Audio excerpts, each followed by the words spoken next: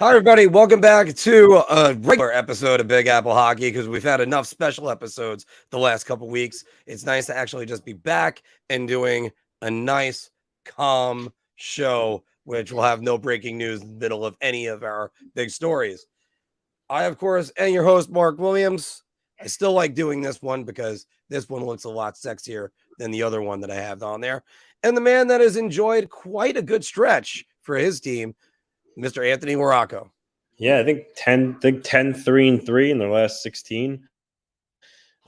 They're rolling. And last week, Mark, this 4-game stretch, the Red Wings, Sabres, Penguins, Capitals. You said the Islanders were going to go 4-0. They're off to a good start at 2-0. So 2 big wins, and last night's more specifically was tremendous. They needed the 2 points in regulation. Yeah, I figure there's going to be at least. I think there's going to be some kind of letdown game at some point because you can't just always keep the pedal to the metal the entire time. You got to ease up so that way the car can change gears at all. But that's what's normal. What you kind of expected was pretty much what they're doing right now. I mean, I think they came back. I think it was 1-0 against the Red Wings, 4 straight goals, stormed them out of the building. Last night, a little bit of controversy. We'll get to more on that in a second. And also, I mean, then you got the Penguins, who the Penguins.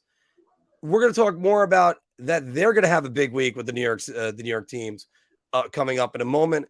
Because everybody, let's go right to the A block. John Fikowski will be joining us in the next segment, guys.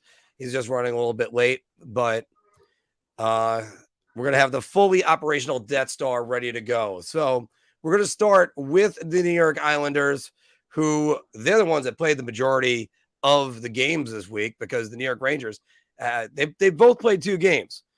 I can't believe such light scheduling this week for both teams, but all right, we're going to start with the Islanders right now. 4th place in the Metropolitan Division, 74 points, 33, 25, and 8. That goal differential, Anthony, that has gone up by 10 over the last 2 weeks. So that is a good thing, too.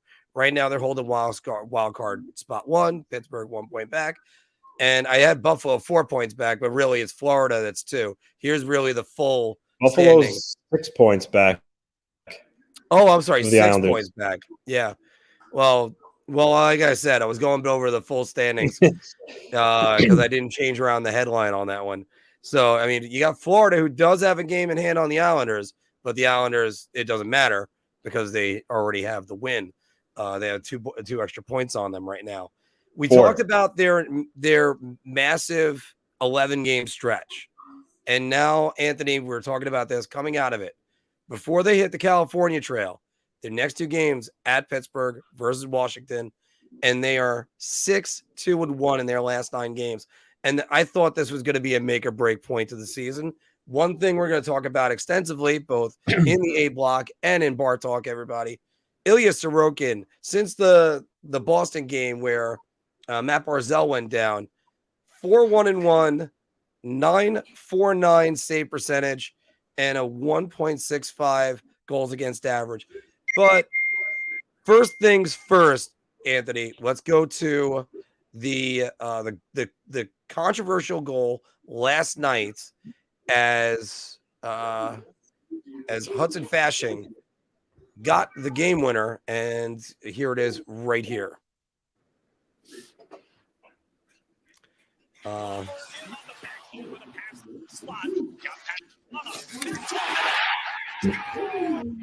Wow. All right. And then they said that they waved it off. All right. Anthony, first things first. Was that a goal? Yes, by NHL standards rules. Yes, rules 37.4 specifies clearly foot or skate. Hudson Fasching turned his leg. Was more of a deflection than a kicking motion. You even have referee Dave Jackson, Marc, talking to us on Twitter. Former ref states that it's a goal. Arthur Staple, who covers the Rangers, said clearly a goal, 100%. I mean, really, honestly, the only people saying no goal, no offense, are Ranger fans and Sabre fans.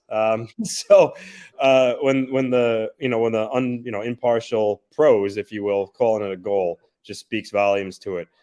With that said, I mean, the whole instance of kicking and redirecting, it is pretty gray. I'll say that. I do think they need to I do think they need to kind of reevaluate that a little bit. But definitely a goal. The league got it right, and I could see why Sabre fans may be sour about it, but it's a goal by textbook in the rules. It's a goal. So that's really what I have to say about it. Yeah, the way I said it, and as Andrew's talking about it right here, absolutely not a kicking motion. How are people even making an argument for it? I think he moved the knee forward and maybe it kind of kicked off the shin. I tell you what, I saw that in live. I watched it in slow motion the entire time. Now I watched it in live time. Yeah, it's a legal goal either way you cut it. It's still a kick, but it's a legal goal. I think one reason why, and let me address the Rangers fan part of it. I think one reason why Rangers fans are salty is because, say, the Mangiapane goal that was 2 weeks ago, that he turned his skate and the foot comes forward. And I think that one's a kick. This one, I think, is much less of a kick than that. I think that is a very fortunate bounce that just hits right off of him and into the net. It's one of those things that is hard to believe, but it is what it is what it is. That's a goal. And I think, as you mentioned just now, that Dave Jackson, the ref, said, yeah, and he was very clear with what it was on our Twitter page. But also, Arthur Staple even said it even faster. You can't. It's off a skate. That's it. Yeah. Can't have a kicking motion off a shin. Yeah, in Hudson Fasching, and if you look at the replay, he actually took one hand off the stick because I think his natural reaction was to maybe like kind of catch the puck and put it down, and then obviously he realized that wasn't going to happen, and he just kind of turned his leg. And that's what some people don't understand. You're allowed to read, even if it was off the skate, you're allowed to purposely direct your skate to hit into the puck and have it go in. You just can't physically kick it. So what Fasching did was he turned his leg to position where the puck would bounce off his shin guard and go in the net. Not a kick. It's strategic, and it was a redirect. And again, not off the foot, off the shin. So it's all moot anyway. Well, so let's start with this big 11-game stretch, because I've been emphasizing it. We've been talking about it on the show the last 2 weeks. It begins with the comeback in the third period against the Pittsburgh Penguins. And then they get slaughtered in the game against the Bruins. And that's no surprise. Everybody gets slaughtered in a game against the Bruins as of this year. They come back. They get another third period comeback versus the Pittsburgh Penguins. And that really, I think, propelled them. I mean, sure, they lost to LA. I'm trying to think of more of their losses in this span. They lost to LA. They lost to Minnesota, but they beat Winnipeg twice. Oh, they beat Winnipeg once. No, they beat them twice. So they beat them twice. They lost twice. It was the Rangers that lost to Winnipeg when Connor Hellebuyck turned into a wall. So, Anthony, looking at this situation, look at the way they are and right now, even with their games that they played over everyone else, did the Islanders doesn't matter anymore? Playoff hopes? Yeah, it doesn't matter anymore. They hold their destiny in their own hands. Buffalo has 3 games in hand, but the Islanders are 6 points ahead of them now. I mean, Buffalo would have to win all those games in hand to just tie the Islanders, and that's not accounting for any more points the Islanders are going to accumulate in the meantime. So last night's win was absolutely huge in being able to get a cushion on some of those teams. So solidify, yeah, absolutely. I mean, nothing's a guarantee, but what they've done lately has put them in the driver's seat to control their own destiny, essentially. Now they got another really big game against Pittsburgh, because they're 1 point up on Pittsburgh right now. Again, Pittsburgh has 3 games in hand, but if the Islanders beat them again, now they're 3 points ahead, and it's game. And again, we got to remember, games in hand mean nothing if you don't win them. So the Islanders will be 3 up on them. Again, they'll be in the driver's seat there to really kind of hold on to a wild card spot 1. And what I alluded to before, which I guess we get a little bit more into when we discuss the Rangers, but now you're starting to talk of, the Islanders are 5 points behind the Rangers now. And, if they keep winning games and then you have the Rangers playing the Penguins 3 times next week. It's a win-win for the Islanders because either the Rangers win and help you further, pad your lead on the Penguins and bury them, or the Rangers lose and now you're getting closer to the Rangers too. So either situation for the Islanders and their fans specifically doesn't really matter. You're going to get closer to one of them. So that's the Islanders right now they should be looking up. Like I said, they control their own destiny now pretty much, and they just got to keep winning games, But again, Pittsburgh is going to be a big game tomorrow. You lose to Pittsburgh, now you're behind them by 1 point, and they have those games in hand. So it might be a little tougher, but still though, come out, keep doing what you're doing.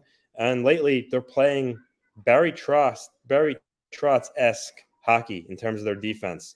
They're not allowing many chances that they have in the past, and they've been locking it down. And their third period record lately, they've outscored teams 15-1 in their last, however, I forget the number of their third periods. It's probably lately. 7. It's probably the last 7 to 9 games. Yeah, I think it's roughly somewhere around there. They've outscored their opponents 15-1. Before Oposo scored last night, they hadn't allowed a third period goal, I think in 8 games. Yeah. So they're really shutting teams down, and right now they're all doing this without Matt Barzal and John Gabriel Pajot, so that makes it even more impressive. So definitely good things right now, good vibes. They're getting hot at the right time, and just keep the train moving. Well, do you find this more impressive that they're doing this without Barzal? So were they kind of like dumbing the game down a little bit and not taking as many chances? Or is it just like other guys have stepped up? I mean, we're going to go back to one of them in a moment. I mean, I think it's a little bit of both. I mean, I do think without your most dynamic and most talented player, you have to, change things up a little bit. But also at the same time, players have stepped up. I mean, Bo Horvat, he's been a beast in the face-off circle. His time on ice, and I told you you're going to see his value. Yeah. Yep, absolutely. Hudson Fasching is a hound on the puck. I mean, Zach Parise's been phenomenal for the Islanders. So they're getting contributions with everyone really pulling their weight up and down the lineup. I mean, even a much maligned Josh Bailey scores a big goal last night. And then the leading candidate who's leading this charge, who you're going to segue to in a second, he's out there, running the ship right now. But yeah, so to answer your question, a little bit of both. It's really been a little bit of both in the absence of Matt Barzal.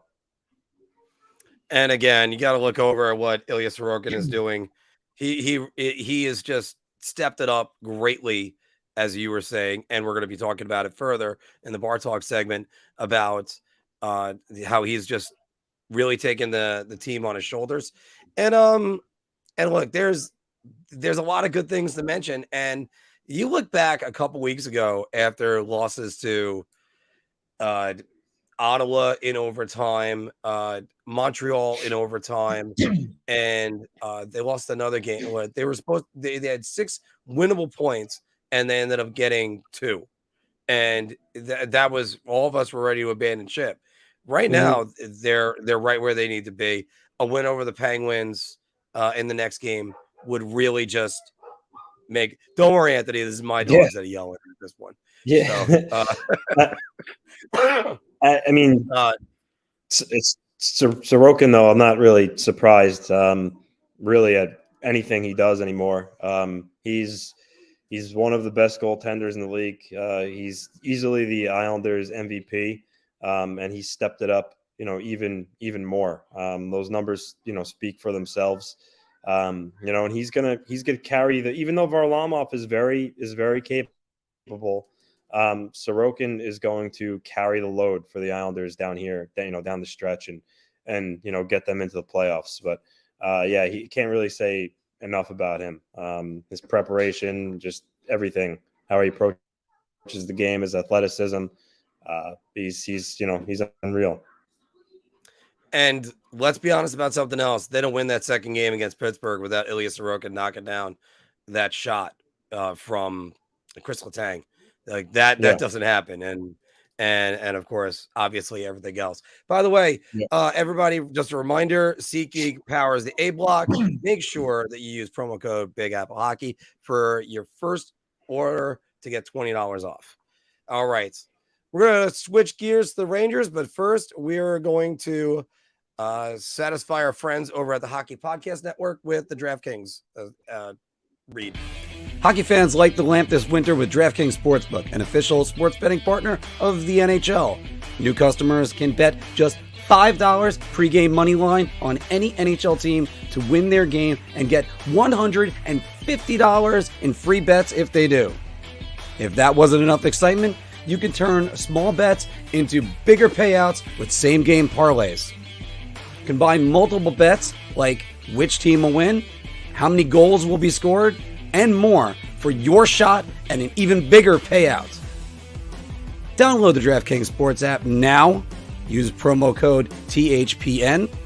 Bet $5 on any NHL team to win their game and get $150 in free bets if they do. Only at the DraftKings Sportsbook with code THPN. About one per customer. Minimum $5 bet. Minimum $5 pregame moneyline bet. Bet must win. $150 issued as 6 $25 free bets. Free bets are not cashable and cannot be withdrawn. If you or someone you know has a gambling problem, crisis counseling and referral services can be accessed by calling 1-800-GAMBLER. Every time I hear myself on the fine print, I just want to just crawl into a hole and die. By the way, Anthony, I'm glad John Bubb made this comment. So he did most of the math for me. Because I've been trying to do this math for a while. I think 95 points gets you in the Eastern Conference playoffs now.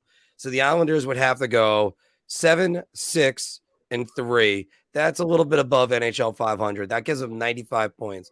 If that happens, Florida has to go 11 and 6, and Buffalo has to go 12 and 7, and Ottawa has to go 12 and 7, and Washington has to go 12 and 5. That's Herculean tests. And that's why it's just don't worry about it. Just get in. The next part after you get in is get ahead of the Penguins so that way you don't get Boston. I actually think the Islanders end up being a decent matchup for one of the teams, and we're going to talk about who's going to win the Metropolitan Division at Bar Talk, everybody. So let's get to the other team in New York that didn't play really that much. I was at the game Thursday night, as you know, and I blew out my voice, Anthony. It was a lot of fun. The New York Rangers right now, third place in the Metropolitan Division, 35-19-9, goal differential of plus 30. They were shorthanded in both games to Ottawa and Boston. They were dominated down low in the Ottawa series, the Ottawa game, and Boston. I think there were a couple really good goals. I thought they played well for the most part, and then Boston wore them out. But the Rangers goals against since February 6th, 50 goals against, Anthony. That is 23rd in the NHL. This week, the Rangers head off Sunday, and their next game is tomorrow night. Is there concern for the Rangers, or was this just a much-needed break that they needed? I mean, I definitely think there's a little bit of concern. I mean, you can't look past that the fact they've dropped 6 of 8. They're most important player, essentially Igor Shesterkin, really hasn't been that great all year. He's down to a 909 save percentage. So there's certainly reason for concern. Granted, they did build themselves up enough of a cushion for a while where, they could afford to, go on slumps like this, but that might catch up to them. As I mentioned, the Islanders are 5 points behind them. The Penguins are 6 points behind them. And they got the Penguins 3 times and then in their next 6 games, they got the Penguins 3 times. So that's a little close for comfort. If the Penguins, get the better of them, that lead they have over the Penguins could go from, 6 to 3, and then it's really close. So for the Rangers, you want to start winning hockey games because you never really want to, drop. But then again, I don't know if you realize this, there's really no difference between finishing third in the Metro or the first wild card spot, because either way, you're going to get either New Jersey or Carolina. I would agree with that. Yeah. So even if they did fall to, let's say, wild card 1, their matchup's not going to change. It's going to be the same as it is right now, which is either New Jersey or Carolina.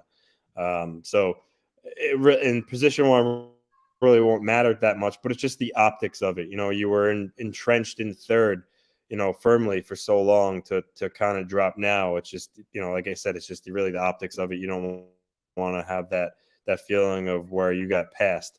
But hopefully they get healthy. I saw Arthur Staples report earlier. Ryan Lindgren was in a no contact jersey, but Tyler Mott was on the ice. So hopefully they get Lindgren back because he's important to their defense. And also too, they've had some practice time now, so Kane can get acclimated. It seemed like in his first 2 games, they were really forcing things. Actually, oddly enough, as DP just says right here, Panarin keeps telegraphing his cross ice passes. They're like I said, they're just trying to make things happen, and it's not just kind of happening organically. So, but they got a lot of skill on that team, a lot of skill. So, eventually that skill is going to come out in games and take over. But, for the Rangers' sake, you want to start to see that happening sooner rather than later. And again, it all starts with Igor Shesterkin and their team defense. They can score as many goals as they want, have high octane Kane, Zibanejad, Panarin. If he keeps giving you this level of goaltending and the team defense doesn't tighten up, it's really not going to matter. So it's time for the Rangers to kind of start to play solid hockey in all areas of the ice. Yeah, this is one of the things that they really need to clean up and clean it up fast. Before the All-Star break, they were second in the league in goals against. Not goals against per game. It was just goals against total, because I think there was 1 or 2 games that they had on New Jersey, and they were just behind Boston. Any event, though. So you have these 4 days off. They go to Montreal, then they go to Buffalo, then they go to Pittsburgh. Then it's home for Washington, home for Pittsburgh, home for Pittsburgh. A back-to-back home series. New Jersey's got the same thing against Tampa at that time. Nashville on the 19th, that they're coming to the Garden, and Carolina in a back-to-back, and then Florida. So 2 things, by the way, and you mentioned this before we went on, and you've been mentioning this to me for a little bit. Either this is a win-win for the Islanders in the entire schedule. Either the Rangers finish off Pittsburgh, either the Pittsburgh brings the Rangers a little bit closer, Carolina, everything, and then Florida. The Rangers get Florida. I also want to say this. I want to find whoever made the NHL schedule this year and punch them right in the freaking face, because Pittsburgh 3 times in 8 days. Are you kidding? 6 days, 3 times in 6 days. Are you kidding me? They don't get the Islanders who they're competing with for a playoff spot since December. And New Jersey one more time. It's still a division rival, right? Though, if you want to see more not interdivisional games, you want to see more games within your division, and the Rangers have 3 of them against a rival. So, yeah, I get what you're saying, but 3 times against a team like Pittsburgh, that's what you want. No, you want to play a team I'm reminded of.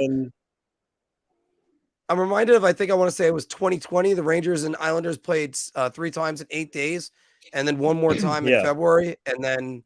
It ended up being one of the last games of the season because obviously the world ended, but still it was, it's the schedule makers really let everybody down. Imagine this Wednesday night, for instance, Anthony, if it was Rangers versus Islanders and it was within 3 points of a playoff spot. That's a huge game. You're really going to see them go at it, not just at the beginning of the year when we first did our first show. That's why this game the Rangers have against the Devils, is the Devils. Sorry, the Canadians. Really important because the Islanders play the Penguins, so either way, a team behind them are going to get points in that game. So if the Rangers were to lose to the Habs, which I don't see happening, but if the Rangers lost to the Canadians. If the Islanders beat Pittsburgh, now they're only 3 points behind them. Or if Pittsburgh wins, now the Rangers are only 4 points behind them. With the Penguins Penguins having a game in hand, I believe. Yes, with those 3 games then coming up next week. So that would be, really, really kind of start to put some hot fire under their feet a little bit. So the Rangers definitely have to beat Montreal Thursday. No ifs, ands, and buts about it. They got to win, and they got to start, picking up some points again here. And it's one of those things that you can't take things for granted in the NHL, because also, and anybody that could tell you in almost any sport, regardless of what it is, you don't just go, oh, we're playing a last place team, a second division team. Mentally speaking, you're not in it because you're thinking they're not that great. Yep. They then have nothing to lose, so they call up somebody to do something. Hell, Met fans, we saw this all throughout the month of September, going, oh, they're playing the Marlins, they're going to be fine. Oh, wait, they just lost 2 or 3 to the Marlins, and the Braves won 2 or 3. So it happens all the time in sports like that. Take your opponent seriously every single game. So right now we're actually, obviously I'm sitting here all by myself at the moment. How are you doing today? This is a nice intimate moment between all of us. But finishing up though, I think that Igor Shesterkin is probably going to get corrected. Best goaltending coach in the league is Benoit Allaire, and they got to tighten up their defense. You got to stop playing with 5D and 11 forwards. And I still, for the life of me, cannot figure out how there wasn't a suspension hearing for the Ottawa Senators forward. And the worst part is I listened to NHL Network, and they were saying that, oh, yeah, it shouldn't even been a 5-minute penalty. Are you kidding? Yeah. Guy left his feet. He led with his elbow. That is elbowing. That is intent to injure. Should be suspended 5 games at least. But, obviously you could spear Filipino in the balls, but you can't spear whoever the Flyers got, whoever Tony DeAngelo got. And by the way, I still say this all the time, Anthony. If people ever say to me, "Oh, I miss Tony DeAngelo," they need to get a mental capacity test. It is just like that. It's the guy was a total delinquent, and he would have done this stuff as a Ranger too. So, going on a little bit further with this, the Rangers get, like I said, at Montreal, at Buffalo, and at the Penguins, and those are 3 3 important road games, and the Rangers only with 8 losses on the road all season. Let's take some of your comments while I'm waiting for the guys getting on.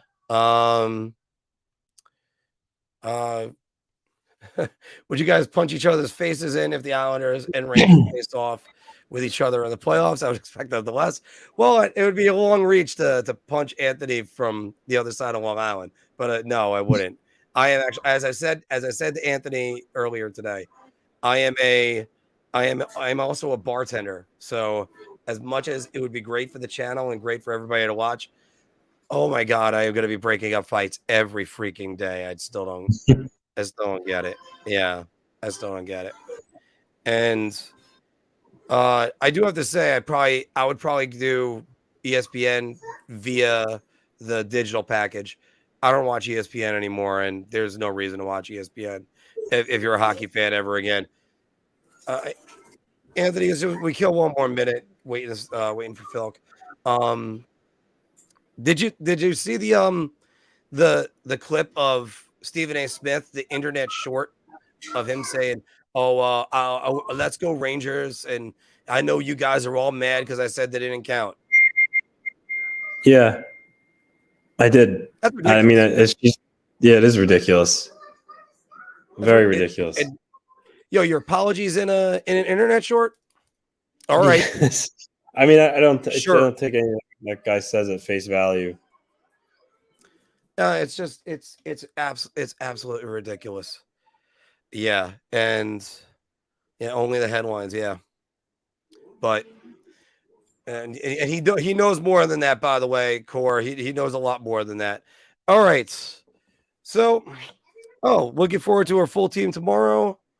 More so for Lindy to come back. Okay. Oh, by the way, Flet, welcome to the show. And no, I would never say the word mixologist. I'm a bartender. Mixologist is definitely the most pretentious thing in the world. All right, Anthony, let's clear out these banners. Let's do some bar talk. And hopefully we'll get Phil on as soon as possible. Shot. This is the easiest I've ever to answer. I'm gonna say beer. I can't even begin to describe. I'm actually going to go crazy. I'm going to buy everybody around on this one.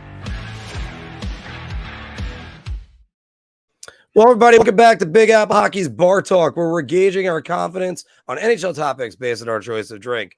Are you so confident that you're buying everybody around? Or are you just like, so I'll have a beer, or I'm going to take a shot on this? All right. So play along down in the comments below. And our Bar Talk is always sponsored by Drizly. Click the link below. Why go to the liquor store when you can make the liquor store come to you? Call Drizly and make it a Drizly night. And by the way, the Big Apple hockey hats are coming in soon. Should have them in within a week or two. Anthony, we talked about it before. Igor Shesterkin since the All-Star break, 6-3, 8.68 goals against, and a 3. That's the save percentage. Jesus, that was a goals against. Is pretty good. And 3.54 goals against. That puts him at 37th, 31st in the league among goalies with 5 starts. Ouch. The Rangers need to play Igor Shesterkin more. I get, he's obviously clearly, despite his struggles, he's definitely the Rangers guy.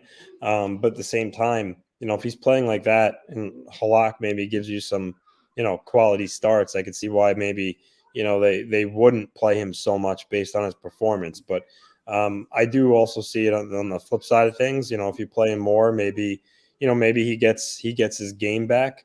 But until he does that, I could see why Gallant would kind of, alternate or get Halak in there more, because right now it's not like when he puts Shesterkin in, he's playing really well. It's not the case. So I'll go beer here. All right. Phil, first off, welcome in. It's great to have a fully functional Death Star right now with our own Mr. John Polkowski right down there. Phil, the Rangers need to play Igor Shesterkin more.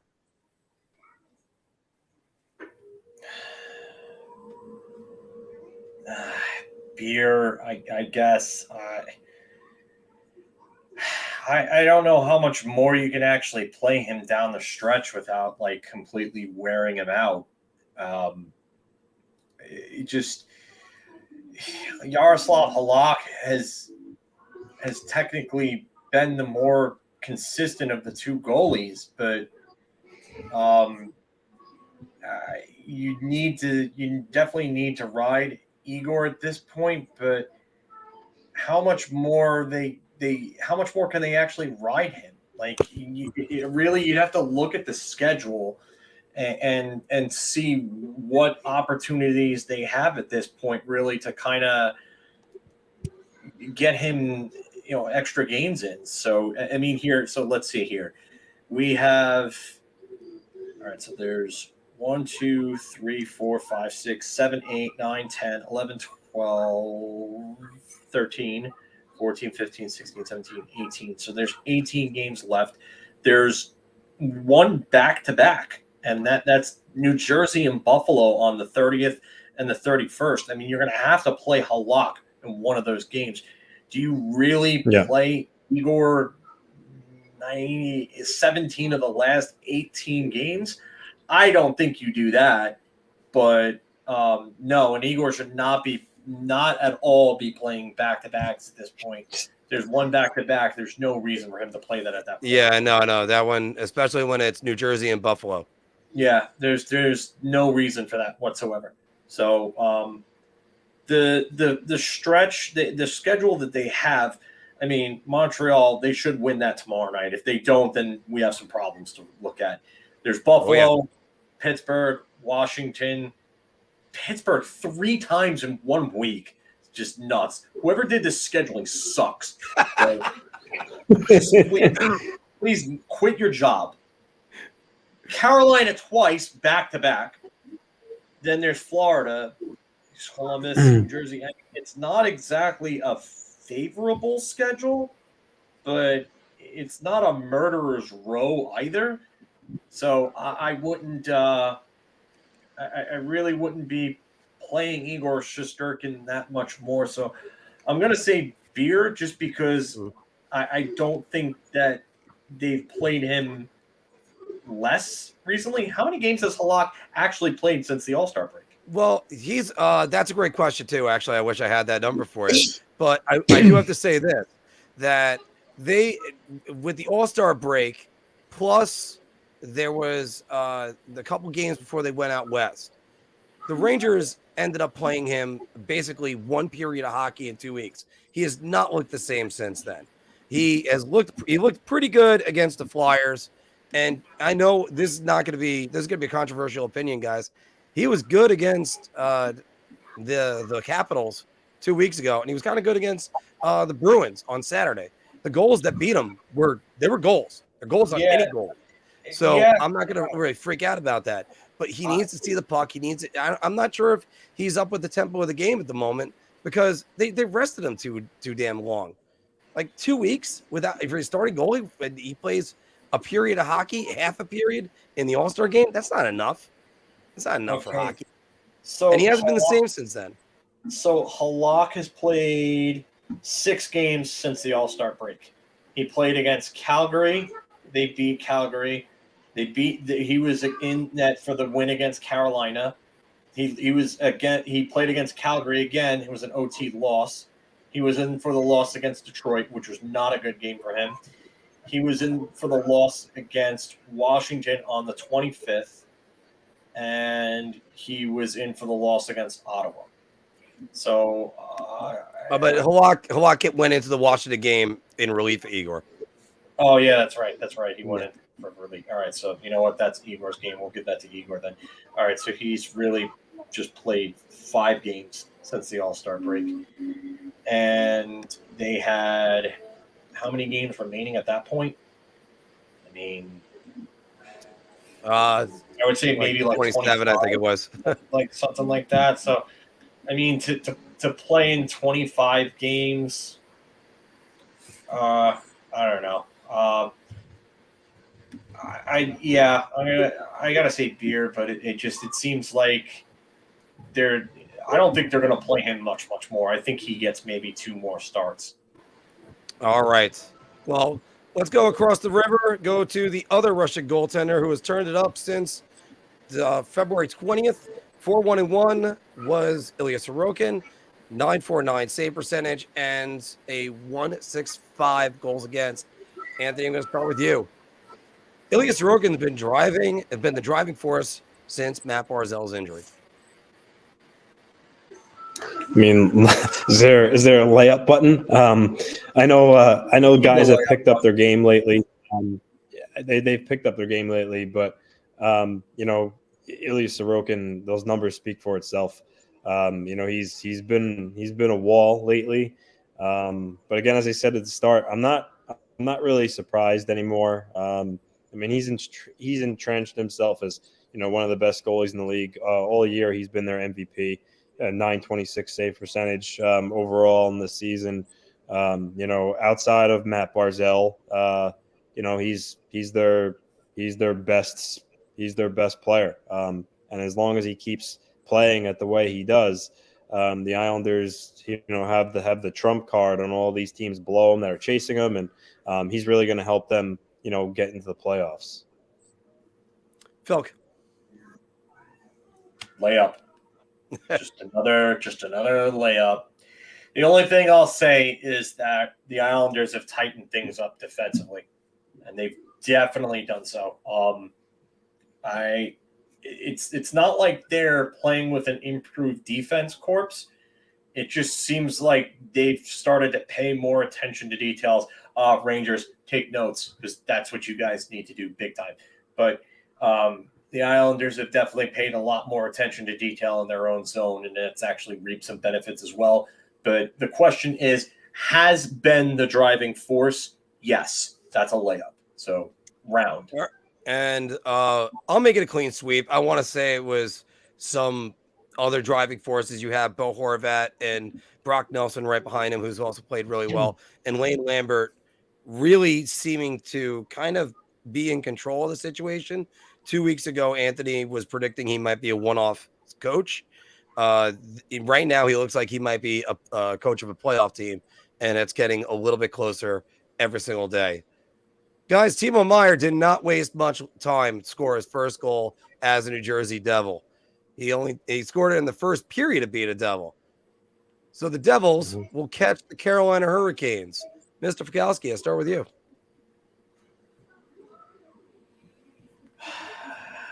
This is actually a tougher one. I'm gonna say round, actually. Woo. I don't like the way Carolina's playing lately. I just don't. I think the Devils are playing good hockey. They're playing good hockey at the right time. And Carolina just did not go and make any significant additions at the deadline. I mean, you want to call Shane Gostisbehere and Jesse Puljujarvi are not enough needle movers for me. They needed to replace Max Pacioretty in that injury, and they didn't go and do that. And honestly, I think I'd rather play Carolina right now than the Devils. I really do. You know what? The goaltending between them is comparable. I know Vanacek is relatively unproven, but I just think the Devils have a style of play that is very conducive to wins. And what's going to hurt them in the playoffs is probably going to be the lack of experience on that roster. That's really what's going to get them. But I would rather play Carolina. Carolina, to me, just seems like they're almost just trying to hang on to that spot and limp in with the division, because they're not making any such sort of progress to try to get away from New Jersey. New Jersey just does not seem to be relenting on this. So I'm taking Jersey right now, funny enough. Anthony.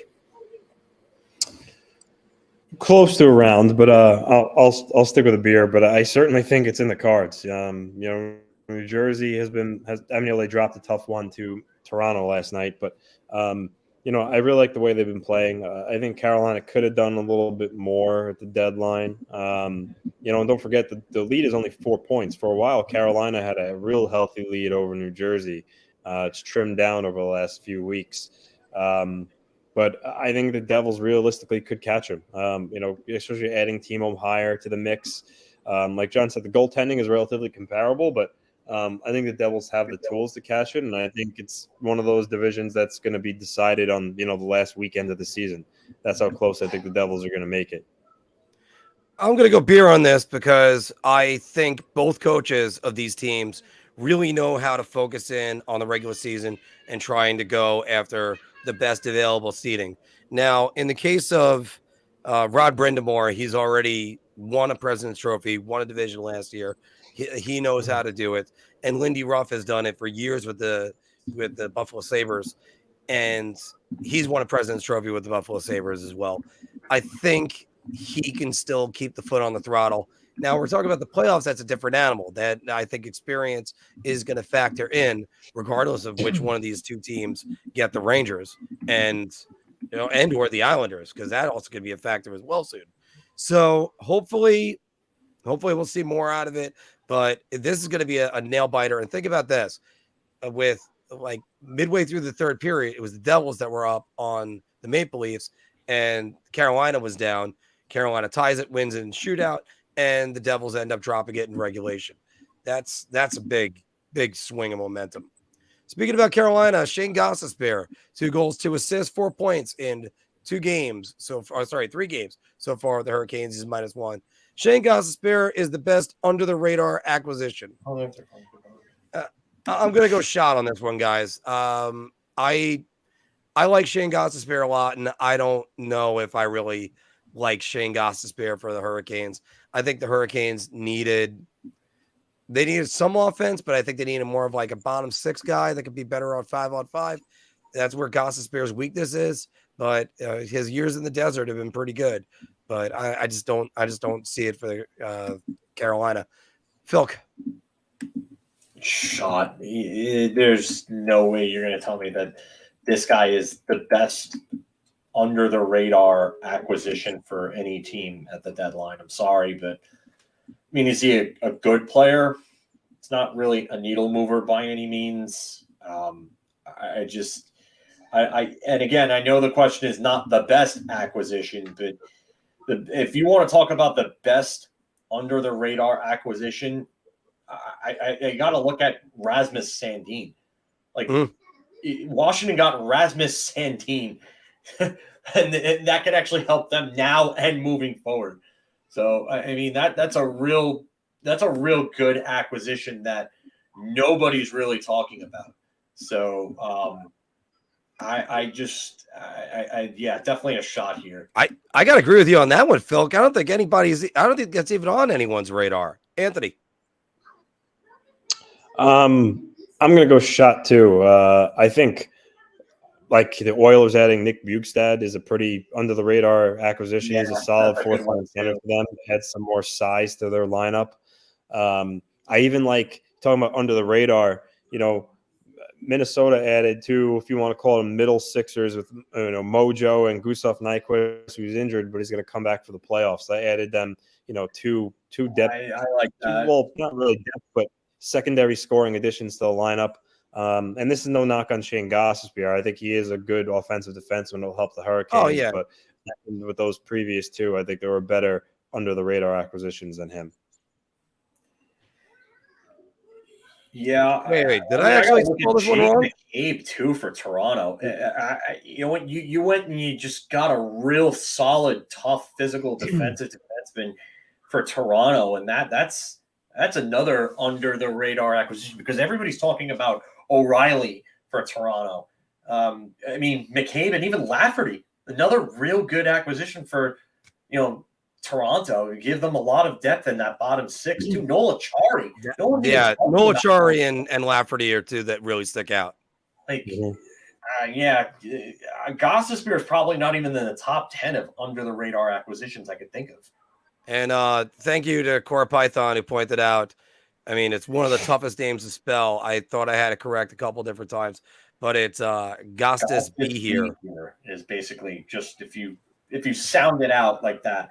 That's the easiest way to spell it. I mean, that definitely sounds like a Buffalo Wild Wings like slogan. Gostisbehere. So anyway, the Toronto Maple Leafs have a 4-point lead over the Tampa Bay Lightning for second place in the Atlantic. Tampa Bay needs home ice to beat Toronto, Mr. Anthony Larocco. You know what? For the longest time, I've kind of beaten the drum that the Leafs are going to lose again in the first round. But after the moves they made and then seeing how the Lightning have struggled lately, makes you think it's going to be a lot closer than most people think. And I think that, again, Tampa Bay, they've played a lot of hockey over the last 3 years, making as far as they did. It takes a toll on you. I don't think they're as deep as they have in years past. And the Maple Leafs right now add a lot. So, yeah, I think the Lightning are going to need every advantage they can to beat the Maple Leafs in the first round. And obviously being the home team and that second seed will help do that. So, I think if they can make up what the 4 or 5 point difference, it's 5 points that Toronto's up on them right now. That would be beneficial. I think it could, ultimately maybe be the deciding factor in who advances. Because game 7 in Toronto, as opposed to Tampa Bay, obviously, you like your chances more if it was at home. Clearly goes without saying. But I really do think they might need the home ice to get by Toronto. So I'll actually go round here. All right. Phil. I'm going to go shot. And the reason for that being is that this implies that they can't beat them without home ice. And I definitely don't think that's the case because I if you give me one goaltender in the NHL to go win game 7 on the road in a playoff series, it's Andrei Vasilevsky. And without a shadow of a doubt, there is no one I trust more in that net. He hasn't been playing great as of late, but that dude is the NHL's version of Mr. October in net. And I have all the confidence in the world of him, especially against Toronto's goaltending. That's going to be the difference in this series is goaltending. Absolutely. I'm going to say shot for it. But I will say this. Anthony brings up a great point about a lot of hockey.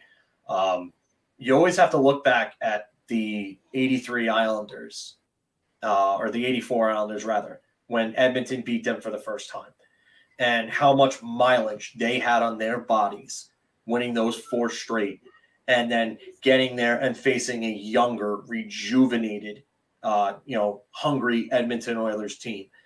And that's maybe what this is going to be like. And that it will play a point. It will play a part in it. I'll say, but to doubt Andrei Vasilevsky on the road in Game 7 against a team like Toronto with that goaltending, oh man, you're really walking a fine line there, Mark. And I'm gonna say this before I say what my response is. Phil, so you're saying that maybe Mitch Marner or Austin Matthews walked by the Islander. Sorry, in this case, it was the Islanders locker room. The story was Wayne Gretzky, everybody.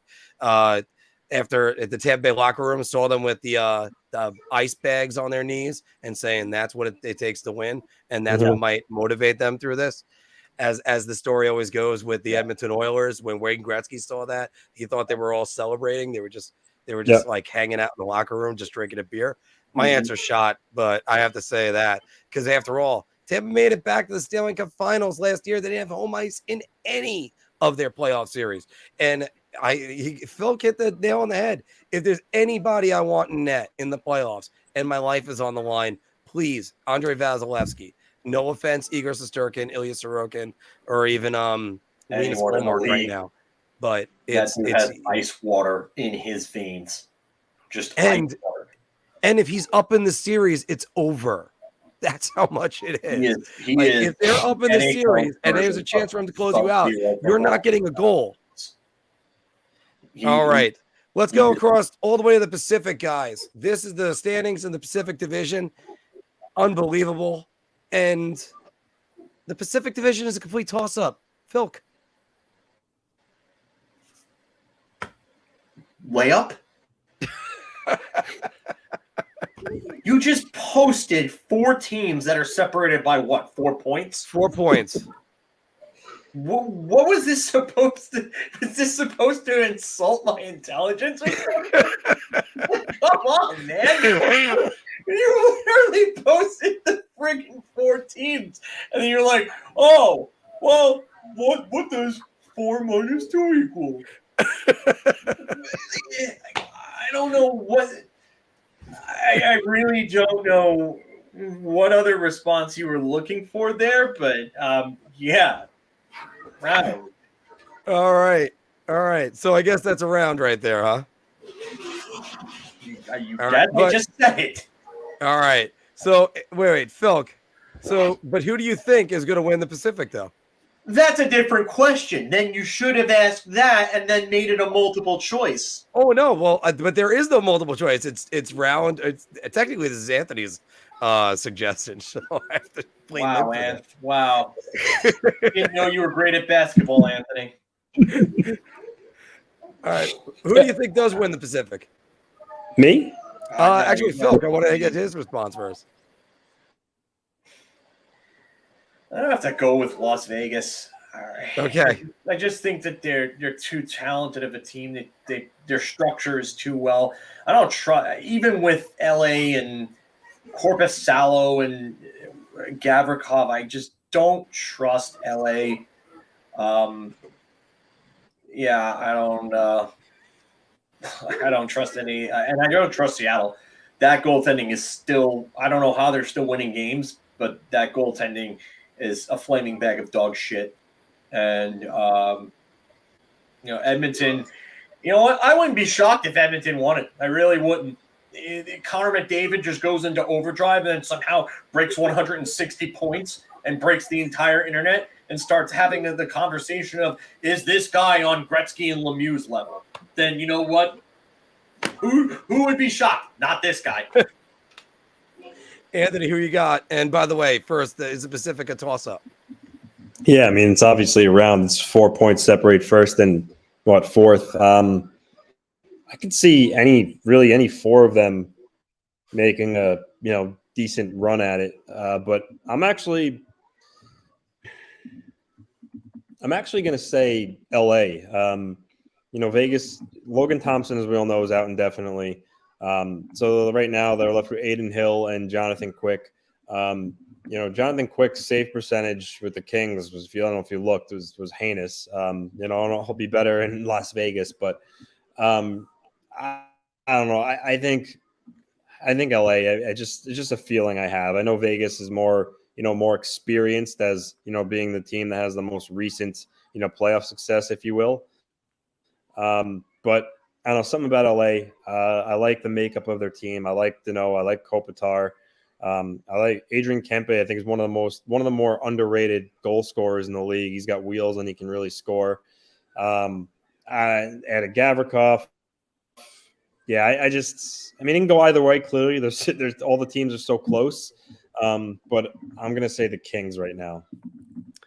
I'm gonna actually just make it the clean sweep and buy everybody around, but I'm gonna say it's gonna be. I'm just gonna stare at it for a second. Yeah, it's gonna be Vegas. I think it has to be Vegas.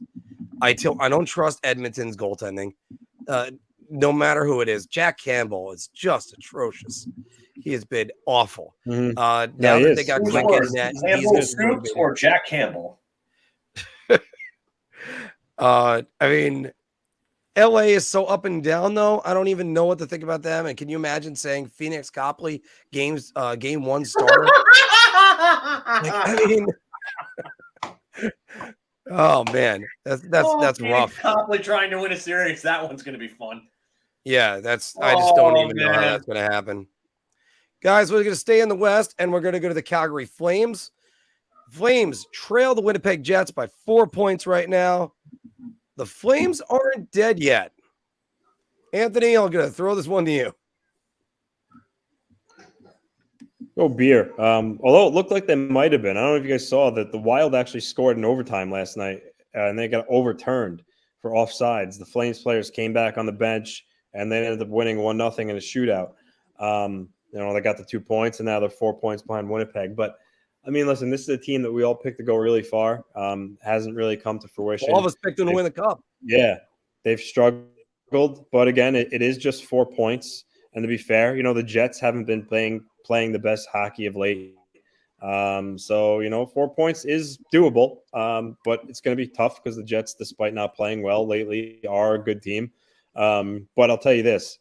If the Flames are going to do it, Markstrom has to be the Markstrom that he was last year, which is shut out. Last night's a good start. And then Huberdeau has to be a lot better.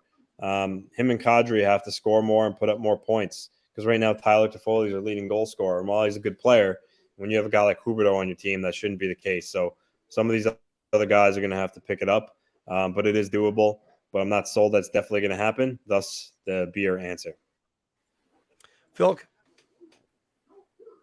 Well, technically, it says the Flames aren't dead yet.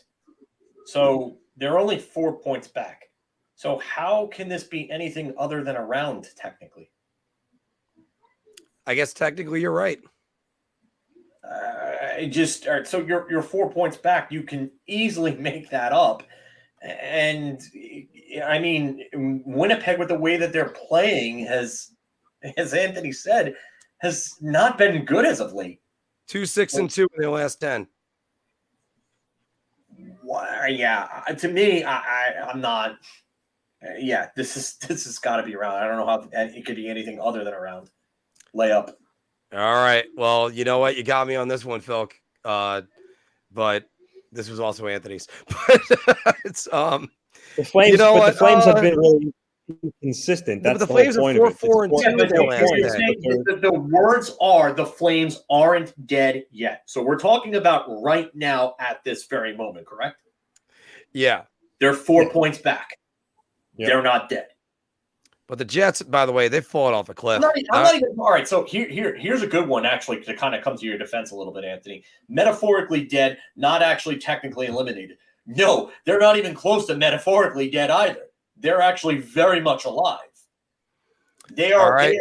You talk me into it. They're not dead yet. But then again, Winnipeg does have a game in hand. But what does it matter? They're going to lose it anyway right now. That's the thing. You got to win those games in hand, as we talked about with the Islanders earlier. And then Brody, Jets have fallen off the cliff and in every ugly brand way down. Yes, they have. All right. So I am definitely going to the New York Jets lately. Right. Actually, the New York Jets have won just as much as of late as the Winnipeg Jets. All right, let's move on to the Arizona Coyotes. They're 4-4 and 2 of their last 10. Coyotes are playing their way out of the Connor Bedard sweepstakes. And I'll start this one off, guys. It's a beer because a lot of teams are that bad right now are starting to play really well for some reason. Columbus is, I mean, they've been playing a lot better on the eye test. Chicago is 6-4 in their last 10. And I mean, Columbus ended up being 4-4 and 3, which is a miracle compared to where they've been. And Detroit is trying to get back into the Connor Bedard sweepstakes. But I'm just going to turn it over to you, Phil, because I have to blow my nose. So the only teams that would be in the Connor Bedard sweepstakes that have actually tried to play their way more into it lately are Philadelphia and San Jose. And every other team in the sweepstakes otherwise has actually been playing pretty well. You know who's also 4-4-2 in their last 10? Anaheim. And Anaheim has 50 points as opposed to Arizona's 54. So, yeah, the Blues. Yeah, you could talk about the Blues and everything that they're doing. Obviously, they just got rid of a bunch of talent, but they're. I wouldn't say that they're not even close, but they're still got to leapfrog a few teams. But I think this Bedard sweepstakes might be a lot bigger this year than it's that the number one overall pick sweepstakes has been in previous years. So no shot. I wouldn't say. Actually, you know what? I'll say beer, just because they are sort of in a way by winning, but they're not because they're not losing any ground on anybody really. Anthony, I'm gonna go beer because if you look at the lottery odds, from the worst team in the league to the fifth place team, the odds are a lot less. And right now, I mean, could they? I don't see them ending up being the worst team in the league or the second worst team in the league at this point. They're only 3 points worse than Montreal and Vancouver. So. Yeah, I mean, for me, they've been doing a little too much winning, and again, they hold the number 5 spot right now in the lottery. And sure, well, anything can happen. I don't like those odds right now. I think Columbus and Chicago, as the 2 worst teams in the league, are in the driver's seat for Bedard here. I think it's also difficult when you're trying to quote unquote tank, because if you're tanking, then you're not. You're basically saying to the organization, we want you to lose. They tried tanking for McDavid, it didn't work. They tried tanking for Shane Wright, it did work. Then they passed on him. In a way, that's still weird to me. And like they haven't won a lottery like ever. So I don't go for the lottery because you don't know whether or not you're going to get there. And as it stands, there's a 7-point gap between them and the Columbus Blue Jackets. The Chicago Blackhawks have a game in hand. This is where we're talking about this in reverse. The Blackhawks win a game. They're still behind them. And San Jose is up a game on them. San Jose is the one that's really going for it. 2-7-1 in their last 10. Yikes. Yeah, they got rid of one of their premier players. And yeah, I think Erik Karlsson's probably going to slow down points-wise as well. Yeah. Well, it wouldn't be as big of a mistake as what the NHL might be doing, because they're talking about bringing franchises to Houston. That sounds like a good one. And they're also talking about going back to Atlanta, Philk. The NHL would be making a mistake bringing a team back to Atlanta for the 3rd time. This is an easy button as well. I have to throw this one out there. We talked about it before, but I'm just going to throw my round up there right now as well, guys, because this is like, I put a meme up on our Instagram about this, where it was Rachel McAdams and Mean Girls saying, stop trying to make fetch happen. Well, it's not going to happen. Well, yeah, stop trying to make Atlanta happen. They don't want hockey. All they want is to reroute planes and drink Coke. Anthony. Yeah, I mean, I'm going to go round. It is kind of interesting that now, I know Butcher Grass was the original one to kind of insinuate about it with his tweet on trade deadline day, but since Kevin Weeks has made a couple of tweets about it, seems like something might be going on there behind the scenes. The only thing I'll say, the caveat, apparently they're saying that the arena would be in Alpharetta, which is a suburb, and I guess they feel that hockey may do better in the suburbs as opposed to in the city. So, but even still, though, I mean, I could think of cities that deserve a team more than Atlanta. Quebec is in a great market where they love hockey. I mean, they have arena there. It seems like it makes a lot of sense. I know the economics in Canada plays a role in it, but still, I would do Houston, which Gross's Weeks has also talked about, but I would do Houston before Atlanta too. So it's a round for me. Phil, I'm actually going to say beer. The reason for that being that I understand the trepidation with two previous failures there, but when you have unstable ownership and poor front office, that's what happens. And look at Seattle and look at Las Vegas.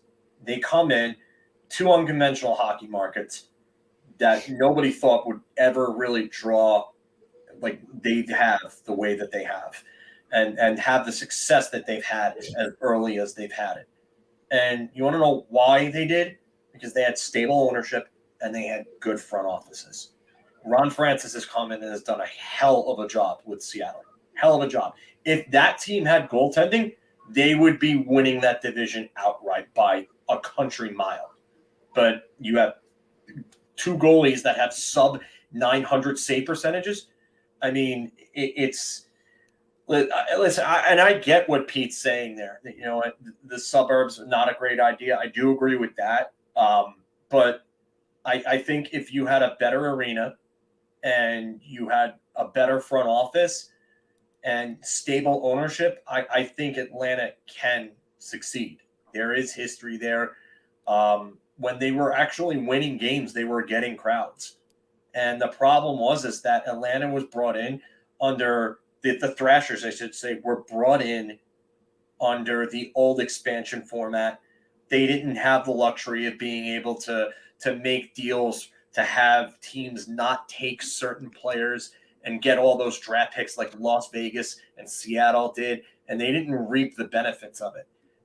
The way that everything works now, it's just a lot better than it was 23 years ago when Atlanta came in 99, 2000. So, but again, you ended up getting Danny Heatley and Ilya Kovalchuk in back-to-back years in the top three of those drafts.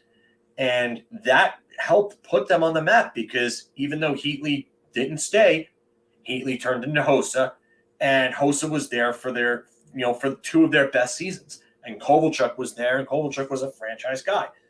But again, you need stable ownership. You need a better front office than they had. Don Waddell seems to be doing a better job with Carolina than he did with Atlanta. I'll tell you, we can all agree on that. But you get a real good general manager in there that knows what he's doing. I do think that it can work. I don't know if it will, but it can. John is saying Alpharetta is where the rich folks live. Outside of Atlanta is very quiet. Hockey would do horrible there. Wow. All right. I thought he was going to say the opposite, but no, he's saying it would be that. By the way, Phil, if you remember all the trade tree videos with Steve Dangle, what's the one rule? If you made a trade with the Atlanta Thrashers, you won that trade. Yeah, more than likely. Yeah.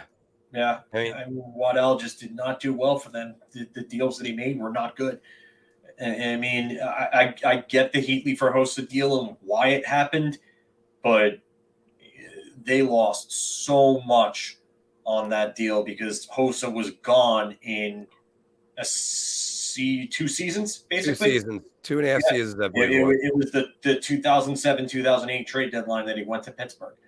Yeah, in 2007, he was in the only playoff series that the Atlanta Thrashers had, and they were swept by the Rangers. Yeah, and the Rangers absolutely neutralized him. Yeah, and then You don't get anything for Ilya Kovalchuk when you trade him. I mean, yeah, it was Bird Fours, a first round pick, and nothing. They got I think Johnny Oduya was in that trade too. Yeah. All right. Just terrible. All right. So that'll do it for Big Apple Hockey's Bar Talk, everybody. Well, once again, don't go to the liquor store. Have it come to you. Make it a Drizly night. Click the link in the description below that we have right there. More importantly, there was a segment that I've been waiting to do for a while, and I'm actually very enthusiastic to get to it. It'll be one of our impulsive reactions. We're going to be asking the questions: why is your team not going to win the Stanley Cup? Shoot. Sorry, I had the wrong video. There it is. Calm down. Get a hold of yourself. Doctor, you're wanted on the phone. Chill. Simmer down now. I'm freaking out!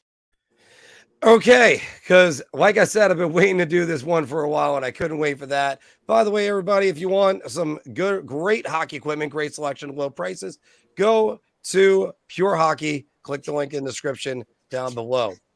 So, I wanted to call this. I've got a bad feeling about this. Do the Star Wars lines, but guys, I'm just going to ask the question with each one of the playoff teams. We're going to be as quick as possible on these.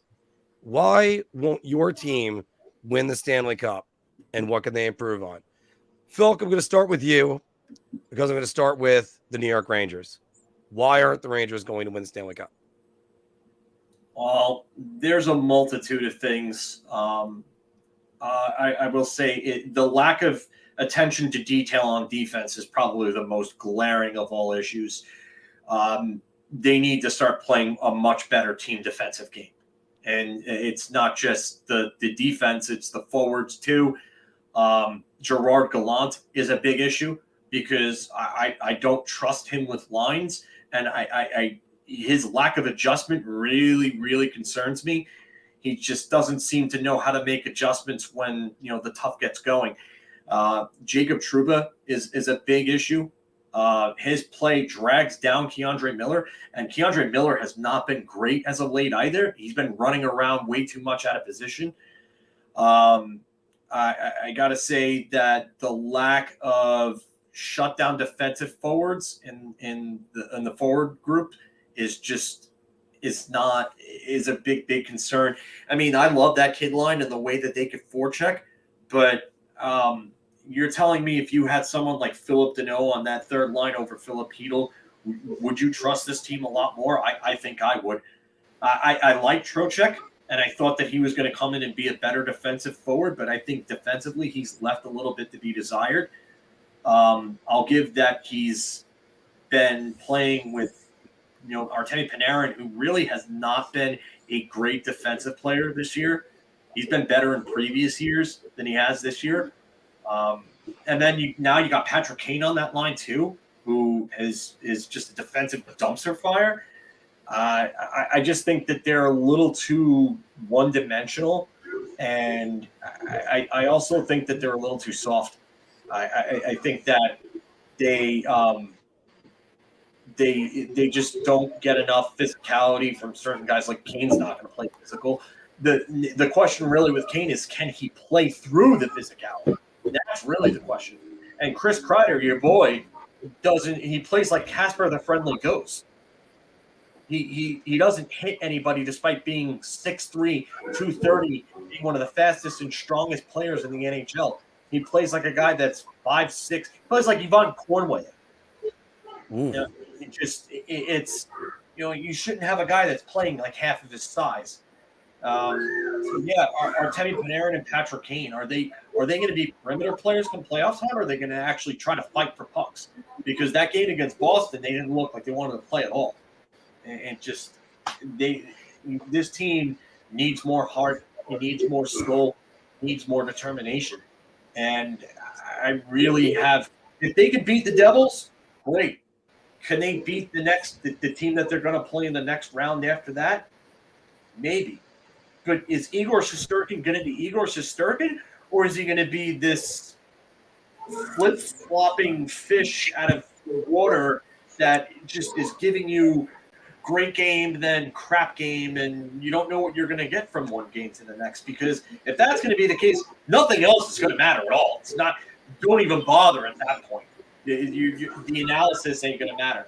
But the real question is, when they get to a team like Toronto or Boston, if they get to the conference finals, because they're going to face one of those two teams, are they really going to have enough to deal with the heavy type of hockey that they're going to deal with when they get to that point? I don't know at this point. I don't know. Unless somebody gets these guys to grow a set of balls, I'm waiting for no. I might need to take another helmet toss from Jacob Trouba. Anthony? I'll keep it quick because John already said a lot of it, but they won't win the Stanley Cup because Igor Shesterkin is not playing to an acceptable level. Their overall team defense doesn't help him out and help his cause. They played way too loose.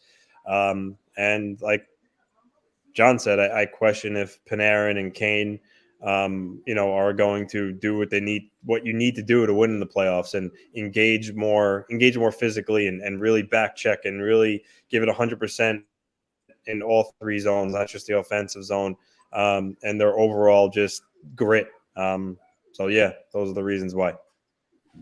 I would have to say one of my things on this is, can Gerard Gallant get them to play tough hockey? And can Gerard Gallant get them to play the way he wants? Because I don't know if he's going to come up with the right combination, or worse, bail on the combinations that he comes up with immediately, because I don't know what Gerard Gallant's going to do. He's such I like the guy so much, but it's frustrating because you don't know what your line is from minute to minute. And this is where I talked about adding Patrick Kane would be a problem. I'm still on the bus. You got me on the bus. Now I'm excited for it, but I still have to say this. Now you got Capo Caco not playing on power play units at all. So you're going to get fans saying, why can't Caco score 700 goals and whatever? Like, dude, this is what's been his development. It's been demotion. Is some of it on him? Maybe, but I don't know. The one thing that I don't get is he just made two big dumb moves to me, and actually one big dumb move and another move that I think he needs to change. So the big dumb move is the power play lines. You took all the passers and put them on power play 1, and you took all the shooters and you put them on power play 2. Why would you do that? Yeah. Why? Are you forcing someone to shoot the puck? If that's the case, why are you taking the number 2 power play goal scorer in the league and putting him on your second unit? What are you doing? Like, someone make it make sense to me, please. And is the second unit really going to from a struggling middling of the pack power play and putting him on your second unit and giving him less time so you can put 2 passers in Panarin and Kane on power play 1? Amazing. And the other thing that needs to be done, the thing that he needs to do, is Panarin and Kane are 2 defensive liabilities right now. Break them up. Put Kane with Zibanejad and Kreider, because not only do you take defensive liability number 2 off of that line, you put him with a better defensive player in Mika Zibanejad and Chris Kreider. Now, this line is exactly like the line that was happening in 2018-19 before Zuccarello was traded with 20, 93, and 36. Yes. And you have a playmaker on that line. You have 2 finishers. And you have a guy at one of those 2 finishers that can finish and make plays. Then your second line is 10, 16, and 91. So you put a shooter back on that line. So if Panarin wants to defer a little bit, he has a good finisher to defer to. And it gives more size to that line because that line is small and perimeter. You need someone else on that line that can do something down low or along the boards aside from Vinny Trocheck. It's got to change. And you guys will never get cheated out of an energetic answer from John. That is for sure. Anthony, why Stupid. Anthony, why won't the New York Islanders win the Stanley Cup? I mean, well, it's because, they're going to, in all likelihood, be a wild card team unless, the Rangers really come unglued here against the Penguins and the Islanders, can make some headway on them. But, they're going to have to play a really good team, likely in the first round, either the Boston Bruins if they fell the wild card 2, or the Carolina Hurricanes, and if they stay in wild card 1. Both those teams are very, very good, especially Boston. And they're on a league of their own pretty much. There's really no. I don't know if you have this question for the Bruins, Mark. But if it is, I might have a hard time coming up with something that might be called reaches. But no, really though, they'd have to go through a team like the Bruins and the Hurricanes in the first round, and even if Ilya Sorokin was able to steal a series, which I do think he has this ability to do, then you're going to have to go through another juggernaut in the next round. And I think, it may take a lot out of him if that happens. So it's just too much to overcome. And then also too, on the flip side of that is, some of their, they don't score as many goals as some other teams. I know come playoff time, it's more tighter checking and they're not high scoring games, but still you want to be able to have a lot of guys that can put the puck in the net with, regularity. And the Islanders really just have Horvat, Nelson, and Barzell to an extent if he comes back. So those are the main reasons. Again, more specifically, it's just because if they get in, they're going to have to go through a lot of really good teams to go all the way, and that's going to take a lot out of them. Phil, why won't the Islanders win? They're going to be a wild card team, and they're going to face 2 really good teams in either the Devils or Carolina or Boston. And if they face Boston, I think their only hope at that point is Sorokin stealing that series. And Marc is inexperienced in the playoffs, but I don't know with the way that this team is just going. And Taylor Hall's going to be out, but then you bring in Tyler Bertuzzi to help out at that point. And it's like they don't lose a beat. It's just, okay, another cog, just next man up, next cog in the machine. Here you go. Machine keeps rolling. Russian machine never breaks. That's what Boston is right now. Carolina, I think, can play a game sort of like the Islanders and play it at a faster speed.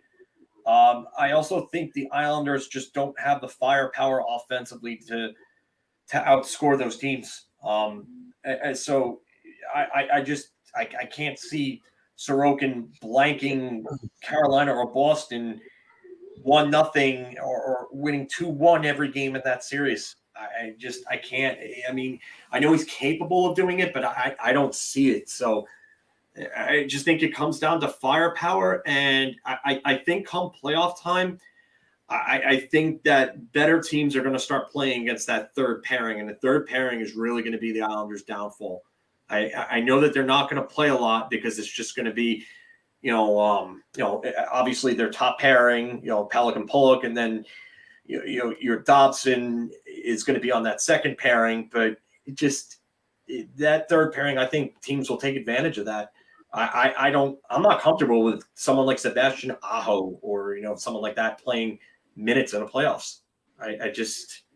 I think if they would have gotten another defenseman at the deadline, I think I would have a lot more confidence in them. But for me, that it's tough to see Sorokin stealing a series from Boston or Carolina. I'm going to say that it's probably going to come down to the scoring depth. If they're the team that was before this 11-game stretch started, then they're not going to last long in the playoffs. It's going to be a waste of 8 days, sort of the way Daryl Sutter said it last year about Colorado. Now, if they're the team over the last month, they're going to give Boston, New Jersey, or Carolina a hell of a fight. We'll see about that because we're going to get down to why Carolina is not going to win the Stanley Cup.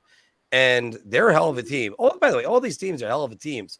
It's just we're giving you what we don't like about each team. And I'm going to say this about Carolina, and I saw it with the Rangers series last year. Rod Brindamore did not want to make adjustments, and when it push came to shove, change around their power play. They had a couple power play goals. They won that series in 6, maybe even 5. But instead, he's stayed with what his game plan was, and the Rangers won every single home game. Don't worry, we haven't lost a game at home all playoff. That's what his thinking was. And then they lose game 7. That's you can't have that again. He's got a deep team. He's got to make adjustments if that happens. Anthony, why won't Carolina win?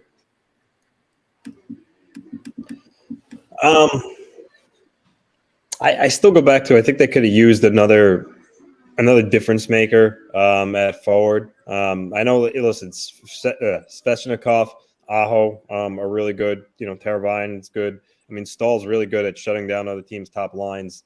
And obviously you can't forget Marty Necas, but I don't know if they have the level of skilled forwards to go up against a team like Boston if they have met in the conference finals, who's really, really good defensively and can also, really score a lot of goals too. Anderson and Ranta, I mean, while it's not a bad goaltending duo, I don't know if it's a duo that wins you a Stanley Cup. I just don't. And then also too, again, a team like the Devils, if they had to cross paths with at a certain point, I think the Devils can match the Hurricanes' speed and even have more skilled forwards. So, Phil, what do you not like about Carolina? Scoring depth. Right off the bat, scoring depth.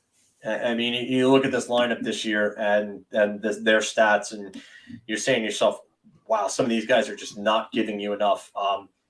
Marty Necas is having a real good year. It looks like he's turned a corner. He's breaking out. Sebastian Aho is about a point per game, and that's what you expect. He's going to give you good two-way hockey. He's your number one guy. Andrei Svechnikov, 54 points in 62 games. That's nice, but only 22 goals. That's a guy that you expect to try to break the 40, maybe 45 goal mark.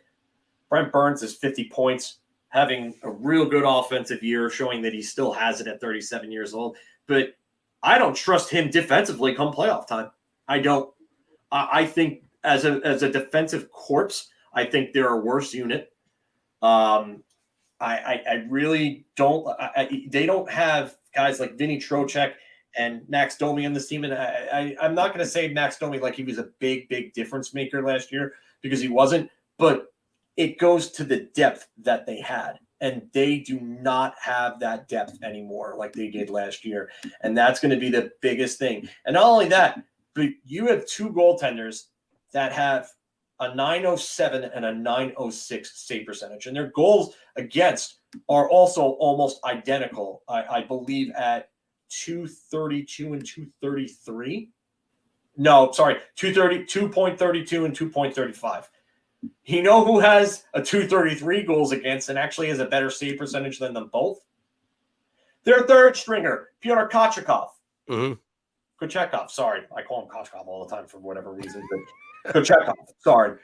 But it just, you have, and it's not even counting like the amount of penalties that team takes. Because they took a ton of penalties against the Rangers. And they allowed the Rangers power play to get back into it. And that's really a big part of what helped them win that series last year, was the amount of power plays that they got from dumb penalties from Carolina. So if they're going to do that, and that's a problem, you're not going to have Max Pacioretty. Shane Gostisbehere is not a good defensive defenseman. And their unit is really not that great defensively, their corpse. So I don't trust a lot of things with that team. I think they'll win the first round, whoever they face. But after that, I think it's a crapshoot for Carolina. Anthony, by the way, whenever anybody praises Sebastian Aho, I'm sorry that it's not yours. So Yeah. he'll forever be the other Sebastian Aho. All right, we're going to speed things up a little bit more. Anthony, why won't the New Jersey Devils win a Stanley Cup? Goaltending, Vitek Vanacek unproven, and just the overall experience of the Devils. I mean, how you don't really see often where a team the first time they make the playoffs with a good young upcoming team go all the way right away. It's really you take your lumps, you learn from it, you get better after every year. And I think the Devils, their star players like Jack Hughes and Dawson Mercer, Jesper Bratt, Sharon Govich, none of them have playoff experience, and I think that goes a long way in the playoffs the first time you're playing in it. You have a lot to learn. So those are the two main reasons why I don't see the Devils winning the Stanley Cup. Phil, anything to add on that? Their defensive corps is not really a great unit. I mean, Dougie Hamilton's having a hell of a year, but I mean, after that, what are you looking at? Ryan Graves, Damon Severson, Jonas Siegenthaler. On paper, it doesn't look good at all. John Marino, he's been decent, hasn't been great. He's missed some time. He's only played 46 games. I'm not trusting that defensive corps come playoff time. The defensive forwards are really good in Jersey. I love the up-tempo game and how they send everybody. But come playoff time, and we saw this with Carolina last year, you're going to send, and attack in waves. The way to beat that is transition. And if you catch them in transition, you catch them with their pants down, and that unit's going to get exposed. And this is the first time that this team is going into the playoffs, as we talked about, inexperienced team. You're asking an unproven goaltender to take on those type of high danger chances in a high pressure situation come playoff time. And to me, that just spells disaster. And they're going to get better, and they're going to be a real good team going forward. They're not going anywhere. So everybody who hopes that this team is just a flash in the pan is unfortunately going to be disappointed. But this year, it seems like a Molotov cocktail of destruction. Yeah, they're going to be building for years. I still think it's Vitek Vanacek has got to be the biggest question mark. Can he withstand the playoff grind? It's a different beast, and he's actually going to be establishing career highs in games played, I believe, from this point out the rest of the season. That does factor in. Why won't the Pittsburgh Penguins win the Stanley Cup, Mr. Filkowski? Tristan Jarry. Hi. Everybody's favorite whipping boy, Tristan Jarry. We just say the goaltending overall is just atrocious. I like the moves that they made to bring in depth. I don't know how much of a difference they make, but again, goaltending is the biggest thing for them. They've also played a lot of hockey over a very long period of time. So Pittsburgh is going to have, and not only that, but they're going to be a wild card team. And it's likely that they're going to face Boston. And Boston is going to absolutely kick the ever-living shit out of them in a series.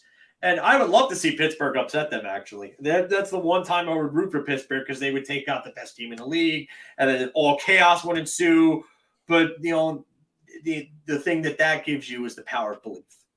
And the power of belief is a very, very strong, very, very strong component. We saw that with the 2014 Rangers. They beat that heavily favored Penguins team. Yep. The galvanizing moment, Marty St. Louis' mother's death. And that team believed that they could win it all. And they beat Montreal, and they came close. So, if Pittsburgh beats Boston, oh, man, it shakes a lot of things up. And it also makes you wonder about, Pittsburgh being like Randy Marsh in South Park, rolling around with the gigantic balls on the wheelbarrow. Oh, just a Buffalo soldier in the heart of America. You can see the gif right now. So, but yeah, I think it's goaltending ultimately, and just facing a much better team that's going to kill them. Anthony. I mean, yeah, Tristan Jarry is not good in the playoffs at all. They don't defend well at all. Look at I know they won last night, but look, they were down 4-0 to Columbus Blue Jackets. I know they came back and won, but still, it just goes to show, how porous they are at times on defense. Again, if they get in may play the Bruins in the first round. The Bruins will absolutely wax them with their goaltending and defense. End of story, end of discussion. You know what? We'll make it a clean sweep. We know I don't believe much in Tristan Jarry, but I'm going to say this also, and I think Anthony touched on this just now. This is the most inconsistent Pittsburgh team I've seen possibly since 2015. And they were usually the staple of consistency, especially under Mike Sullivan. This is not the Mike Sullivan team that I remember for the last 7 years. Because I think it was 2015, 2016 he took over for Charleston. 15, 16, yes. Yeah. And then, of course, they went on to win the Stanley Cup. All right. Here's one that we're waiting for, guys. Why won't the Toronto Maple Leafs win a Stanley Cup? Anthony, go with you. He's chomping at the bit. I mean, Dubas pushed all the right buttons to give him every opportunity to win this year, but to actually finally get out of the first round. But I still question their goaltending, Samsonov and Murray. They've actually played better than I gave them credit for before the season started, but still don't really quite trust them. And the other piece, boys, is the mental aspect of it. They've known what's happened to them the last many years in the first round. And even though I think they're a better team than all those other years, that still lingers until they finally win a series. That's going to be in their head, that mental game of not getting the job done. And let's say they go up again in a series. How many times in the last couple of years where they were up and they were like, wow, the Maple Leafs are going to finally win, and they choke each time? And that's going to play a part too if that occurs again. I think hockey is a very mentally fragile sport, which you could say in all sports. The mental aspect of it plays a big role. But specifically right now for the Maple Leafs team, I think that looms large for them. But between that and the goaltending, also playing a very experienced Tampa Bay Lightning team that knows what it takes to get it done, doesn't equal a recipe for success. Phil.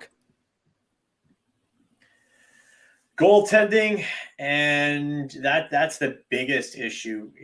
I don't trust either of their goaltenders. I don't, and especially being that they're on a crash course for Tampa. And I know Tampa's playing like crap as of late, but I am not taking their goalies over Andrei Vasilevsky come playoff time. I'm not. I'm not stupid enough to do that. You couldn't get me drugged up enough to do that. So the biggest thing I see with Toronto otherwise is their big guns have a history of not producing come playoff time.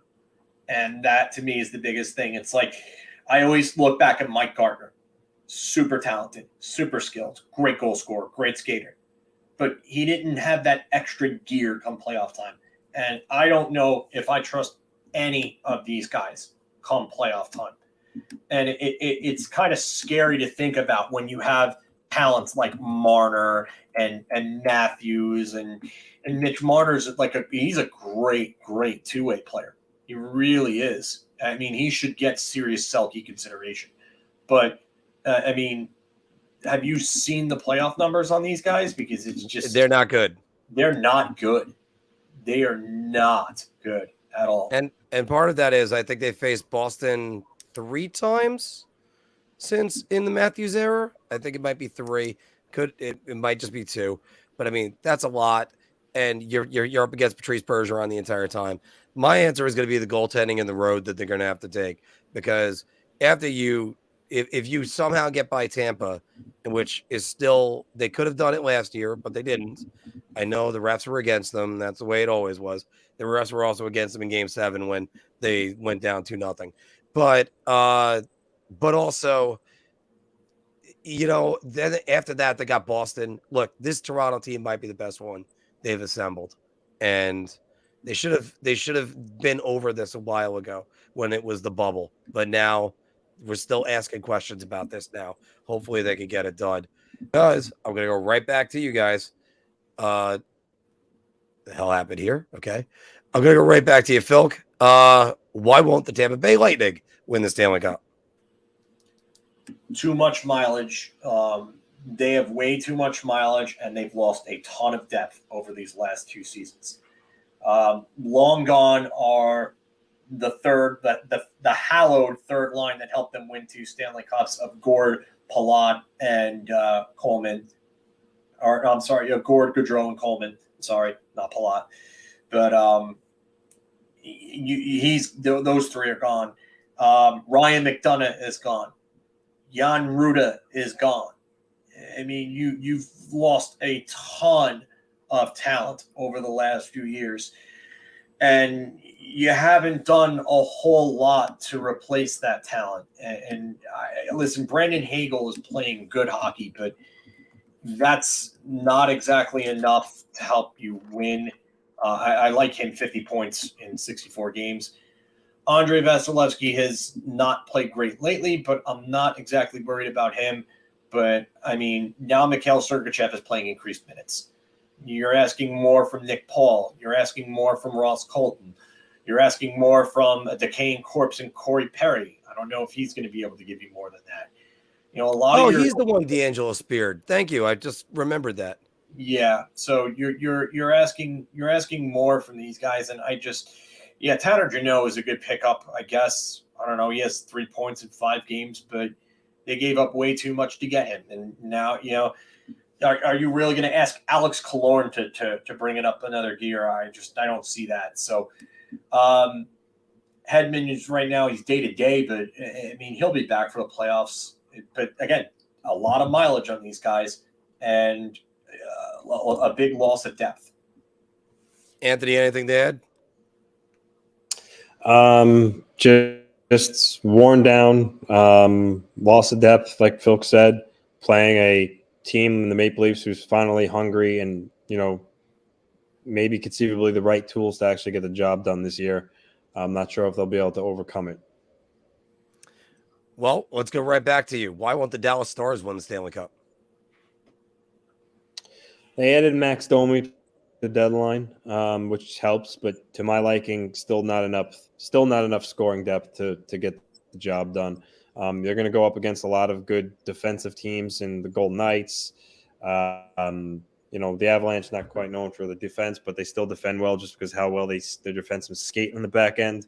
You know, good goaltenders. You know, Connor Hellebuyck's a really good goalie that they might run into.